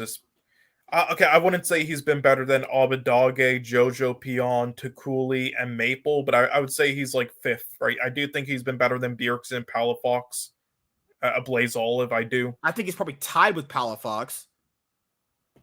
Because there's no game that I can look at him from this split and go, because I watched every split this guy's played in, and he's always been exceptional. This split, and it's probably because he had that effect that Bjergsen had last split, where he just come out of retirement, kind of. I hope he turns it on in the playoffs, but I've not seen the Jensen that I come to know of, because there's been one game he's looked substantially good on. Was that Oriana game? No, it was that LeBlanc game he had against TSM, but even that was still kind of wonky. Listen to you, Blabber and Jensen haven't had that good synergy that they were talking about before the split started as well. It's like, am I confident Cloud9 can finish 3rd? Maybe. I am. I really think some of it is Blabber though, because the early game seems to go always the same way against Cloud9. It's Jensen getting like perma ganked, and then it's Fudge, and then it's Fudge dominating his lane, but then he's an idiot and like loses his. But then it's like he loses his fucking brain and dies randomly, even though he's winning his lane. And then in bot lane, it's 50-50. Like either Sven will like int 50% of the time early on in early game, or they won't, and it'll be a good lane. But Berserker usually doesn't get the resources, and then that's usually how it goes. And I just don't. Haven't been seeing Blabber. I think Berserker's played good. I can say that. I think Berserker's I haven't seen Blabber affecting his lanes really to fix that. I haven't seen him doing much really. That's my thing too. I think Fudge and Berserker have been their best players. I think Blabber's had a okay-ish split, okay to like his standards. I mean, do you think Blabber will stay after this year? Yes, that's what says he's gonna definitely stay. Well, I mean, he is still one of the best junglers in NA. I don't know if that's more of an insult to NA, but no, it's just that he's native. That's it. Yeah, but it's just like there's better import slots to spend. Like again, but it's easier to have your jungler be native than be an import. Like again, they're probably going to keep as long as he plays like he did last week. They'll probably keep Berserker around unless he unless he wants to leave like Summit or whatnot, or like Bang did, unless he wants to. And I do think this is just like a reunion, one-time reunion split with Jensen to fix their issue for the time being. I don't like kind I of think like they're going to keep Jensen. I think they will. I don't. I think it's just going to be a media situation in like summer 2016. I think he's gone after this year. I think they're going to try to import another mid laner. Oof. Just right now, guys, for Cloud9, I'm not all inning on them. I've not really liked a lot of their early honestly games. You know who they could, you know who I think Cloud9 might look at to get after the split? Humanoid. Won't be the worst thing. But I'll say this, like, a lot of the early games have been bad. The dives have not been very good. The objective control hasn't really been all that great. They've just not really been all that great. The fact that they're third is just telling of how the league actually is, honestly. If they finish third by the end of this week, that, like, if they face CLG, who they should beat, and they face 100 Thieves, they beat 100 Thieves before. You're definitely gonna have 2 match of the weeks right here. Yeah, These 2 matches right here are very definitely important. better, but I do think their play style works best against 100 Thieves compared to other Yeah, like, teams. it's weird how they beat 100 Thieves last time, but their play style specifically counts as 100 Thieves. Yeah. Which we'll talk about right now, actually. 100 Thieves. 100 Thieves, they had this team's been on fire recently. I'm not gonna lie. They've actually looked really good. They shouldn't be, and they shouldn't be like get first in regular season. But again, just like Fnatic, which that prediction blew up in my face. But I don't know. I just had a feeling that this would happen, even though they shouldn't. And when they looked like they were regressing, but I mean, again, Abadage, honestly, he's improved a lot. Him and what's his name? Closer? No, it was the other player who improved. I believe it was. Got to give me some type of name. no, I'm trying. Yeah, sorry. It was him and contracts. I would say those have been the biggest improvements for players from like spring to summer. Like I thought Abadage was for sure gone. Like he only had like his very first split. Like for the first half, he was like the best mid laner in the world. In the LCS, and then after that, he kind of like never been the same. My ever thing since, here, but I don't think they would have ever got. No, I think he'll over exaggerate. They were never going to get rid of him like that. Like he's been one of the real reasons why he's made successful. a huge comeback now.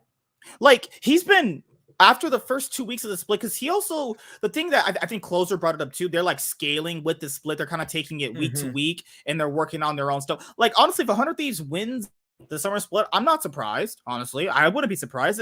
This is people factor. This is a team of good players though. Like for MVP candidates, Sunday's definitely one for me. He's been such a really good player for them this whole year, especially the summer split. Oh my god, he's been so good for them. I mean, honestly, I honestly think like FBI has been their weakest link so far.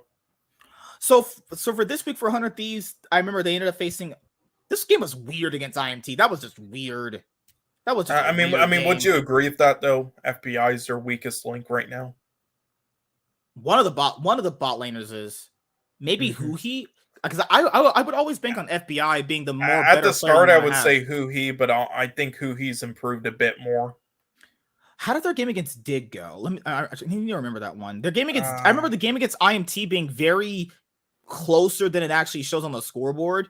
But their game against Dig, I need to look at that one. I mean, remember when the everybody was making a big deal out, and people are like memeing them, but the reason they've only beat like Dig honestly once, I believe, ever since like they came into the that's league. crazy. They only actually beat Dig once this year. That's ridiculous. Yeah, no, ever since coming into the league, it's for some reason Dig have always had their number. Give me a second.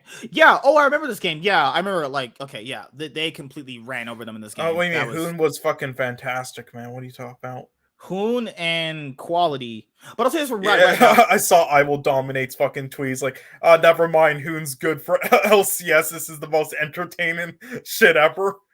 Watching him. Right here, I everyone who's watching right now, also, I want to say something about the Hunter Talk podcast people that were commenting on Jat's video, because I know they commented on one of Jat's like 10 thoughts on the LCS before it comes up, that kind of video that Jat does. And they talked about people being down on 100 Thieves performance when they've turned it on last split. Okay, so to really understand this, guys, just because someone does something one time doesn't mean they're going to do it again. You know, yes, it's shown consistently that potentially they can do it, But banking on a team doing that is hard. A lot of people came in thinking that Cloud9 would have dominated the split, Team Liquid being top of the standings. That didn't happen. This is all I'll say about that is like, just because a team did it once doesn't mean they're going to do it again, you know? And it was also something where like the 100 Thieves games at the beginning part of this split and last split, you go like, okay, there's some, they've been playing not up to their standards, but they have scaled throughout the split. They scaled throughout the split. Now that's the best thing I can really say about them. I think this week going in, it's going to be really close for them in Cloud9. If Cloud9 beat them, Cloud9, if they go 2-0, they'll be, 10-5. 100 Thieves, if they lose one, they'll be 4-11, right? So 11-4. Yeah, so they'll be tied with, like, second or whatever, how that'll actually work, but... Again, at the start of the season, though, I knew that a new org would win the title. If you had told me that, I'd have called you crazy. Well, I mean, I did. I still predicted someone like Team Liquid to win because I just didn't know who it would be. But I knew a new fucking org would win it. I was not impressed with the old ones.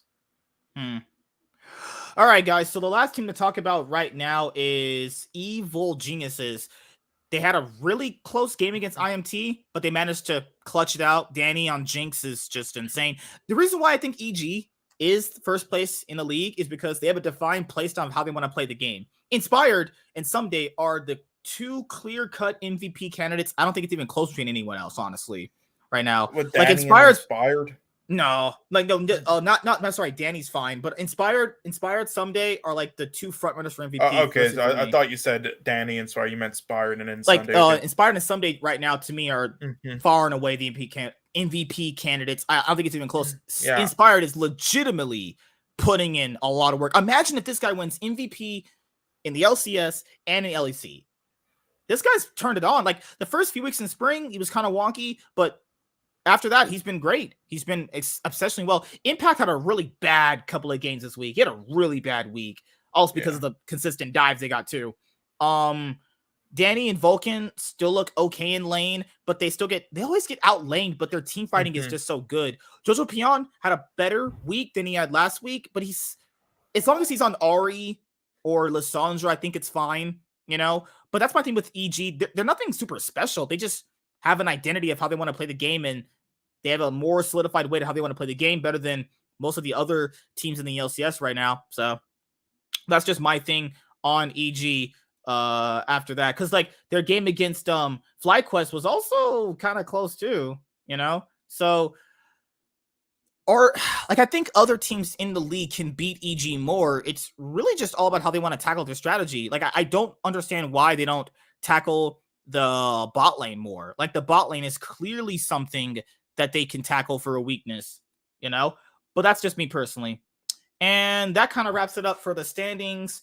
Now to pretty much do predictions right now. Let me see what my friend has to say. Give me a sec. I gotta check my phone. I literally gotta check my phone. Give me a sec, guys. Checking my phone. Sorry about that right now. Okay. Okay, he said he's ready. I gotta charge my phone really quickly before my friend comes. Sorry about that, guys. Sorry about that. That's crazy. All right, so that's just my thing.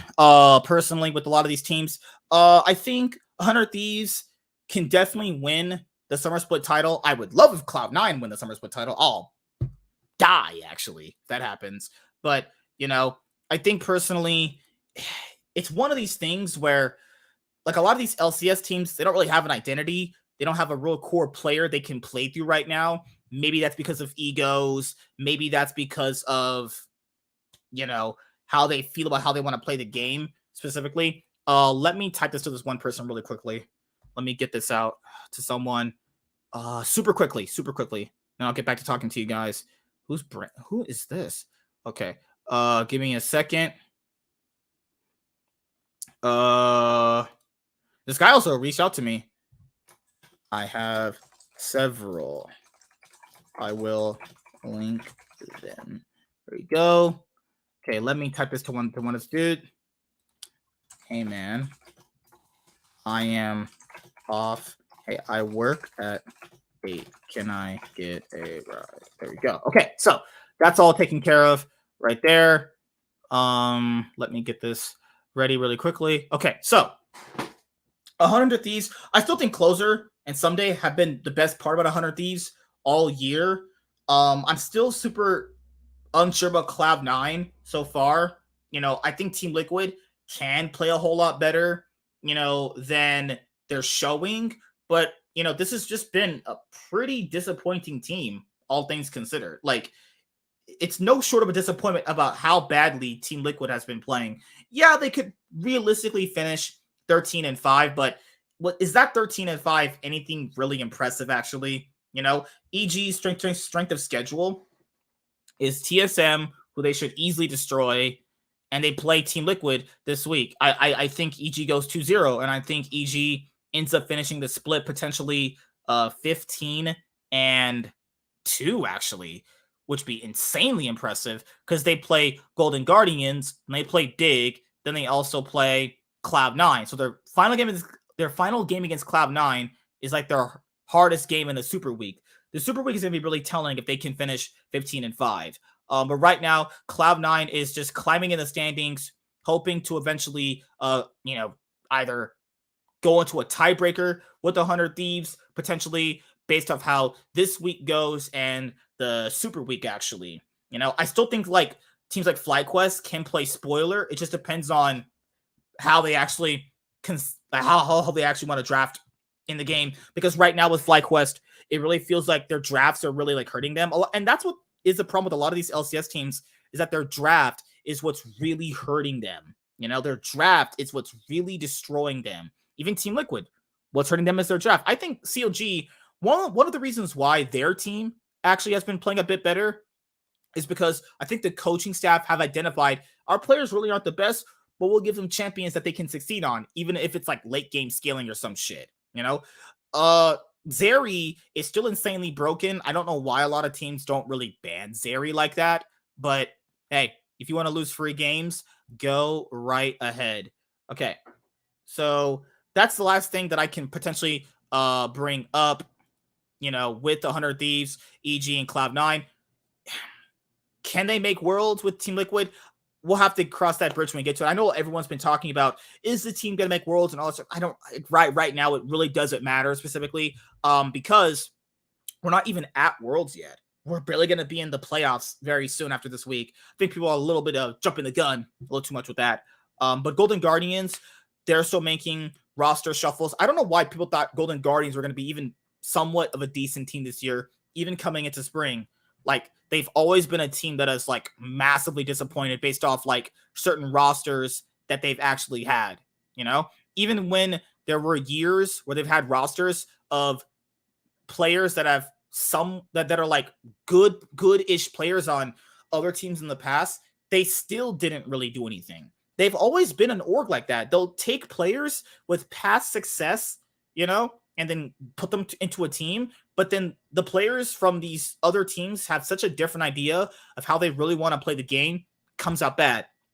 And then you have a team like TSM where like they get destroyed by Team Liquid, who's been struggling so massively. You think TSM could eventually steal a win off Team Liquid, right? But TSM shuffling around their roster, bringing in Solo, Huni having his wrist issues, Spica and Maple being their anchor of how they want to really play the game, but Spica also having a uncharacteristically really bad summer split right now. He's been middle of the packer, below middle of the packer, somewhere in the middle, right?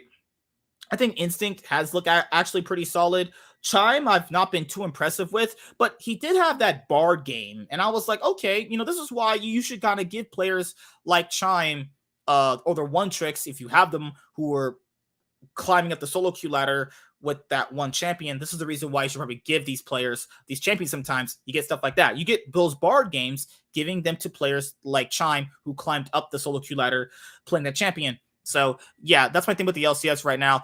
It's exciting to see all these teams like really close. The quality of LCS gameplay has been like, you'll have like games decided off like one team fight, like the 100 Thieves game, where it was decided off that team fight against Immortals, where IMT were actually playing up against them earlier, and I'll show you guys right now. Who is messaging me right now? Okay, sorry about that. So let me bring this up for you guys. So this game right here, this was the wonkiest game that I've seen so far. And I'll bring it up right now. IMT versus the 100 Thieves right here. There's a Sonic ad. Hell yeah. A Sonic ad. Cannot wait for Sonic 3, actually. So yeah, this game being decided because Lost can't play anything, actually. It really doesn't matter if Revenge and Kinvi or Power Vivo or Ignar attempt to do anything with the team. Lost is so bad, it really doesn't matter. Also, Power Vivo contributed also heavily to IMT's losses this week. I know most people are going to blame Kinvi, but Power Vivo also played bad, getting cut out at inopportune times. They also took inopportune fights, even though they were also ahead in this game as well, like on the kill scoreboard, right? So that's my thing with IMT right now, personally. Also, teams have been picking up Sivir more, and I think that's good also for players that, can provide their team utility as well as giving other players a chance to, actually shine. But after that team fight, the game just ended and people were like, what the fuck? So right here, you go in and let's see what actually happened. So 100 Thieves with, a closer that low should have instantly been killed, but closer, really good Lee Sin player. Kinvi actually has been having a pretty good week, actually. Kinvi had a great week on Poppy and Viego. It's so sad none of these good plays from Kinvi or even Revenge resulted in wins, but hey, it is what it is. That's how it works. So you can play the best, but if you have an ADC that's basically so heavy you can't carry that guy, it really doesn't matter.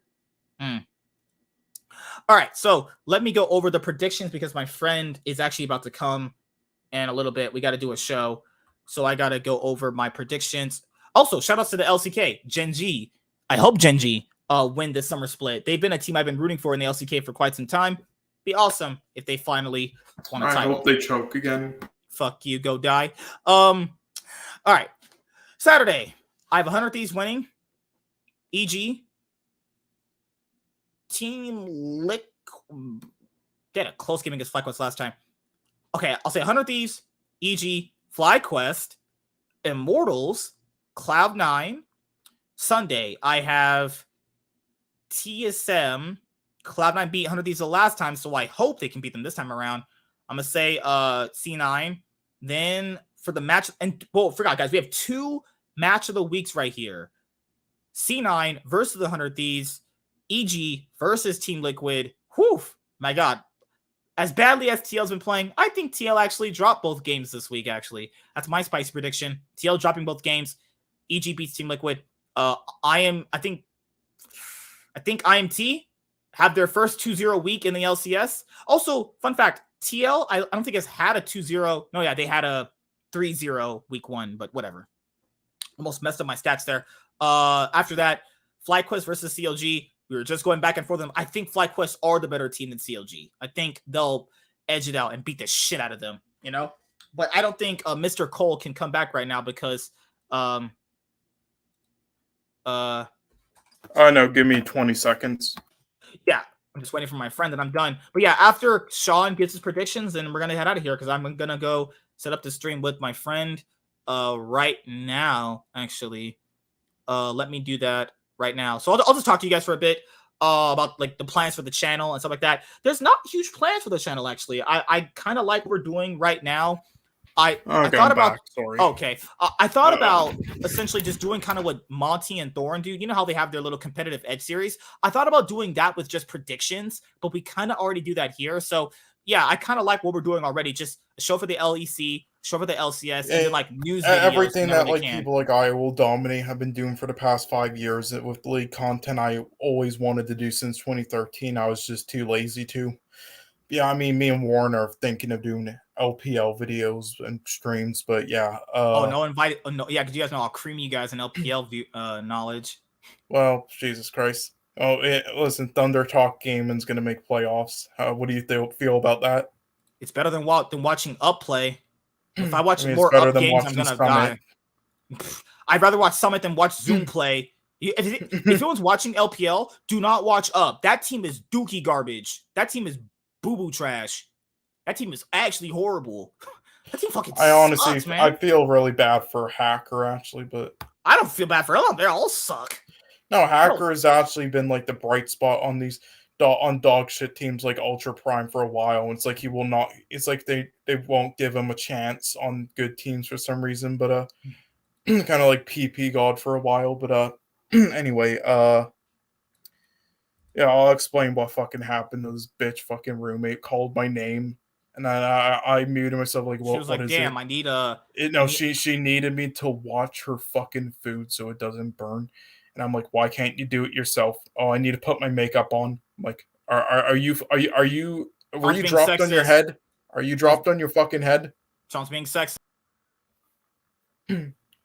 Oh yeah, like the nail polishing. If I will dominate. Whoops. Okay, so predictions. Let's see. I'll go 100 Thieves, EG. Fly.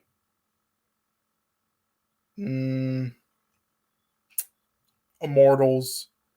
Hopefully, if they don't win that, then they're basically out now, which would be a shame. But they keep choking games they should win, and then I'll go. Yeah, I'm gonna go with an upset CLG, and then I'll go TSM, Cloud9. I'll go with a bit of an upset Team Liquid. Immortals and hopefully CLG. I'll go there. Also, I mean, most people will probably predict Team Liquid to win over Fly and then EG to win over Team Liquid, but I'm going to do the opposite. I do think the play styles are good against those teams instead. But I mean, dude, I'll tell you this Fly right is now. weaker though. I actually think I think TL dropped 0-2 this week. Actually, I mean, definitely could. I just for some reason I feel like so an hard for upset me to have could faith happen. in them right now. So hard for me to have faith in this team right now. I hope they go 0-2 because that's actually what they deserve. They deserve to finish 4th or 5th, and they deserve to miss Worlds with how they're actually playing. You know, just like how Immortals should go 2-0 with how they've been playing, but I could 100% see Dig or something upsetting them. Maybe they like the team BDS had that thing too where like people were like, oh my god, they did this and this. It's like, dude, bad teams will have good weeks. It'll happens in traditional sports a lot. Yeah, well in the second half of the season with BDS, now they've been playing like dog shit. The first half though, no, that was the case though. Like they were just better than like SK and many other teams. Like they're still like 9th or 8th at best, but you know. But no, now they've actually just been playing like dog shit for the second half. They deserve last.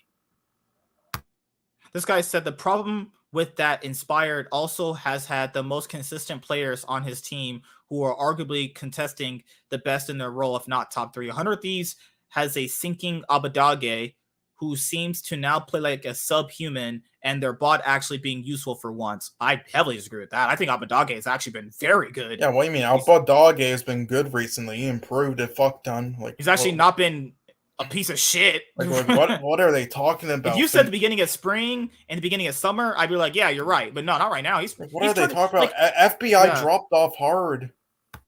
Like he's been good, but he hasn't been what he was. He's been just I would say good. I would say Danny Berserker's been better. Who is there anyone else? Yeah, honestly, I would say Luger's been better.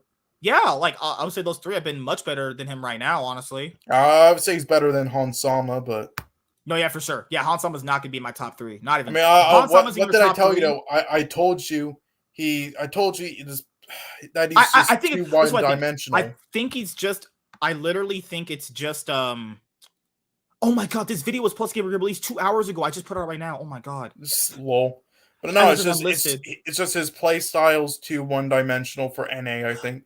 No, I think he's just having a bad split. But I do agree with you. He's also one-dimensional because he can only really play 2 champions exceptionally well, as you know. Well, no, it's just like let's be honest here. He can only really ever play Draven and Lucian good. He's never exceptional. It's just he needs the resources all the time.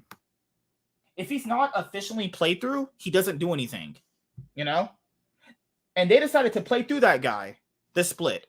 Hold on, give me a second. I'm trying to get to my text messages. My phone wasn't charging. Give me a sec. Come, guys, I'm just going through my text messages really quickly. I'm trying to see if my friend texted me really quickly. My phone wasn't charging. I got to do better at charging my phone, actually. Holy crap. Give me a sec. Also, Chaz, I was trying to, I hope Chaz is able to get into League where we can show him the ropes, actually. Well, I mean, that would be fun, but I don't know if he has the time for it. Yeah, it's like Warren. It's like, yeah, Warren doesn't. You guys don't want me around your LPL. Wow, you guys know I'll fucking destroy you as a knowledge. Actually, Jesus Christ! But I've been watching the LPL since 2015. I know a lot that happened actually. I've been watching all the leagues since like 2013, even the minor ones. So I remember when Xiaogu Reapers were. I remember when Ole. Remember when they booted? Remember when they booted Doinby because they thought he was like controlling the whole org? I was like, oh my god, that was hilarious. That's I mean, that's what TSM thought with Bjergsen. So I mean, remember when Ole though after he was on that shit Korean team in spring, he went to a Brazilian team in summer, and then he went to an LMS team for 2 years. I remember when they won that spring. They won the summer split in 2018 against Cloud9 3-0, and then Ole said Doublelift flaming him made him go to smoking or drinking. It's like holy fuck. Jesus Christ. And people champion Doublelift. That's crazy. Yep. I mean, speaking of that fucking Team Liquid roster in 2018, I mean, if you ever had the time, there's this Netflix thing called 7 Days or 7 Days Out, and there's this esports episode about the spring 2018 League of Legends thing. Talk for a second. And all the stuff that happened with like Doublelift during that time, I highly recommend it. It was amazing. Yeah, and I'm not even a fan of Doublelift at all, personally, or Team Liquid, but that was just amazing. But yeah.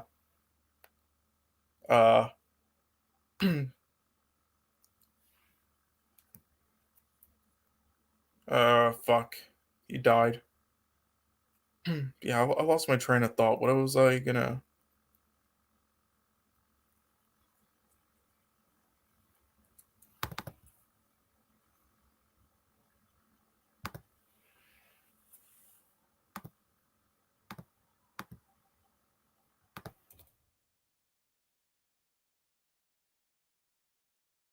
Oh, I said just talk. I just went to the bathroom really quick. Oh. Sorry about that, guys. Sean is an illiterate, actually. But yeah, guys, we should have the show out sooner. I'm ready. Yeah. Next week we'll probably try to have it out like I would say 6 o'clock is easier than doing it at 8:30. Yeah, we'll try to have it at like 6:30 because I think we have at 6 because we have the LEC one at 4. So yeah, we'll have the LCS show at 6. Damn, this girl is so cute. Oh my god. Shut up, you have no chance. I have a chance. She said she would ride me. Very, very good. Okay, well, so listen, hold on. I'm gonna make a prediction here. If Hoon wins his lane in one of the games, split. Now if Hoon wins one of his lanes in one of the games this week, I'll like run outside without any clothes. There's the bet for this week. That scares me. Yeah, well, I'm not gonna record or anything, but you'll just have to trust me, you know. Trust me, that's the sources now. Hey, yep, just trust me, bro. Just like like holy fuck. Again, it is so hard to be civil with people who just dick ride Zack Snyder and think anything means the Snyderverse is coming back. Like they heard what David Zaslav. Did you hear that recording that David Zaslav put out for people? Yes, but it's like literally they think that just because Ray Fisher's Cyborg character was on the poster for was one of the people on the poster recently for advertisement for Zack Snyder's Justice League, that it's proof that Ray Fisher might be coming back to work with DC because he wasn't on their advertisement previously. That's how brain dead people are right now. People who are just hearing our later conversation about the about other shit. Basically, people are gonna factor the same. Of course, Warner Brothers in their promotional material will use the most recent live action versions of their characters to promote their products. It's not all that shit people talk about. It's not rocket science. People are like, why are they using the Zack Snyder's? Not even Zack Snyder's characters. This is for Warner Bros. Characters too. Why are they using his version of Superman, Batman, and Wonder Woman? Because that's the newest updated live action version of these heroes. Yes, and they're gonna and they want to erase it in the Flash film anyway. I truly think when the Flash film comes out, that's gonna be it for the DCEU, and they'll have a new DC universe. Like the way he mentioned, they're gonna have a 10-year plan. A 10-year plan does not. I don't think this franchise is in that 10-year plan. Actually, honestly, I would love if they just fucking threw out Aquaman and Just have Aquaman 2, Blue Beetle, Shazam 2, Flash, Black Adam, have them all come out when they think they're up to the quality he wants. Have them all come out, finish this universe up, then do another one. Yeah. A lot of people at this point have been a lot of people keep saying though, like the Batman is still gonna stay separate. I mean, here's the thing. Okay, it wouldn't make any sense in the Batman's universe for other characters to just show up in it. Yes, and it is like separate, but again, it's a multiverse type thing. They can just have they can have no character. Again, they can keep the Batman in its film separate and have nobody show up in it, cameo in those ones, but they could just have Robert Pattinson's character just show up in the how in like Godzilla versus Kong, they updated Godzilla and King Kong differently from like their first films, so it would make more sense. They can just do that with Robert Pattinson's character in the Batman. They can keep that separate, but they can just have him show up in the other one still in the group film still as their Batman, just a more updated version of it where it makes more sense. Like it's not hard and it makes sense of how the comics are. Oh my god, that's so fucking crazy. But again, the only property involved in like any big flagship DC characters that I would even think about letting Zack Snyder try to touch ever again is if they ever do like the Dark Knight Returns live action film. Do you know what's crazy? That's the only way that anything with like Ben Affleck would make sense. You know what's super interesting is like people at this point now, a lot of people have been saying, you know what, it sucks to lose people like Zachary Levi and Gal Gadot and Jason Momoa, but you know, they have their runs. They got all three of them had 2 live action DC movies to themselves individually. It's time to just move on. It's time to just be like, okay, this was it's hard to really call what the DCE was. This was I don't know what the words I can use, honestly. I'll have better words for it later on Tuesday. Yeah, I can't wait like 20 years in the future for people to look back on like Zack Snyder's films and be like, really, people were defending this shit? Or it's one of these things where like people got to factor in to make DC better by what he said, gonna have to just do away with it. In fact, factor in when it ends with the Flash, let's say it ends with the Flash. That's fine. Because to be fair, people factor in, has this universe really been what it really could have been? It's you look at it and you go, yeah, they could have been a whole lot better. You know, this could have been you know what? Fanatic and Team Liquid are basically what the DCEU is right now. Oh no, holy shit. They're literally the DCEU of League. Like, people have also brought up just reboot at this point. I'm all cool. Yeah, same here, man. I'm all for just a full reboot at this point. Just start over, man. If they've identified that the Trinity are one of their biggest assets in their DC franchise, Superman movie first, you'll get another Batman film, but it's going to be in a connected universe, not the Robert Pattinson one. And another Wonder Woman film. So you get another Wonder Woman, actually. Yeah. Another one, not Gal Gadot. But again, that's why, I understand why they canceled Batgirl. And I said all this, like, I would rather if they do that. And also, like, people are acting like this is some breaking news or something that was just reported on. No, I said for 4 months now, and they reported on 4 months ago that they did test screenings for Batgirl and everybody hated it. Oh, fuck, dude. I just saw this right now. I'm gonna type in the private chat. Okay, but yeah, so I knew it would be bad, and it's a good plan to cancel it, and so they don't spend any money on production costs. So that's not why I'm sad that it was canceled. I'm just sad because I would still like to see what they worked on for years come out at the very least, even if it's a bad This is my film. thing And with it. because the actors themselves, Leslie Grace and Brendan Fraser, were the ones that got positive reception. So if it actually still came out, even if the film's bad, if they were actually good as the positive reception said, then that means they could continue with their characters. So this is the problem, dude. Is I agree with what you're saying, and I agree with you. I would have loved to see them. But remember, if you don't put the movie out, you get this reaction where if people said it was bad by test screenings, and even David Zaslav said he saw it himself, he didn't think it was that good. But if you put it out and it's also bad, people are going to say, well, why did you even put this out? You should have canceled it. You can't win, dude. There's no way you can win, though. The only way they win is that they put it out for the filmmakers involved, which in turn, that is actually a win. You know? That's it. Because they can't win with the fans, dude. If you put out Bad Girl, and let's say it was as bad as the test screening said, and it's as bad as like Birds of Prey, people would have just said, well, why didn't you just simply cancel it, you know? But if it is good, you play with this thing like, if it is good, it works out great. But if it's bad, it's like, well, you should have just not put it out to begin with.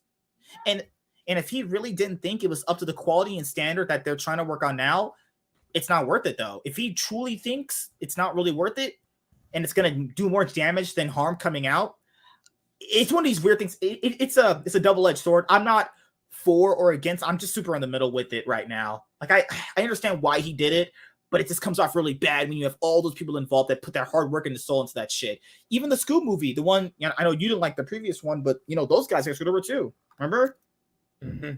They got screwed over too. No one. It's so sad that no one even cared about what happened to them. They only cared about what happened to Batgirl. Again, Snyder fans, literally, they don't know anything about anything. It just that goes on. Here, let me link you. Because you know how I realized, because they still they keep calling Justice League 2000, like whenever it came out, the Justice League or whatever. Yeah, you do realize Josh Whedon had you realize his vision got destroyed as well, right? He wanted to make like a 3 or 3.5 hour film. It would have been completely different.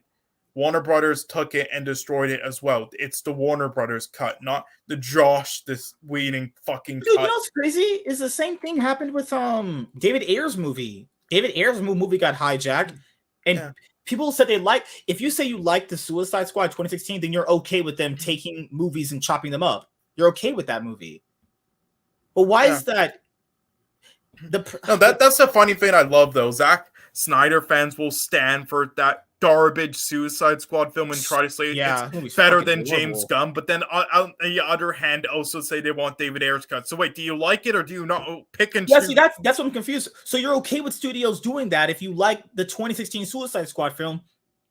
That blows my brains. I will never understand. So you're okay with them chopping up that movie, and you don't like what James Gunn did. Yeah, but so anyway, that's like what they did. That they don't know what they're talking about. But for calling that Josh Whedon's cut, because that wasn't. It was his vision was ruined as well. All right, it was the Warner Brothers cut. All right, they're just scapegoating him because of his allegations. This is the thing, dude. Maybe Josh Whedon was a bad guy. Maybe he was kind of a dick. Maybe, I don't know. Maybe.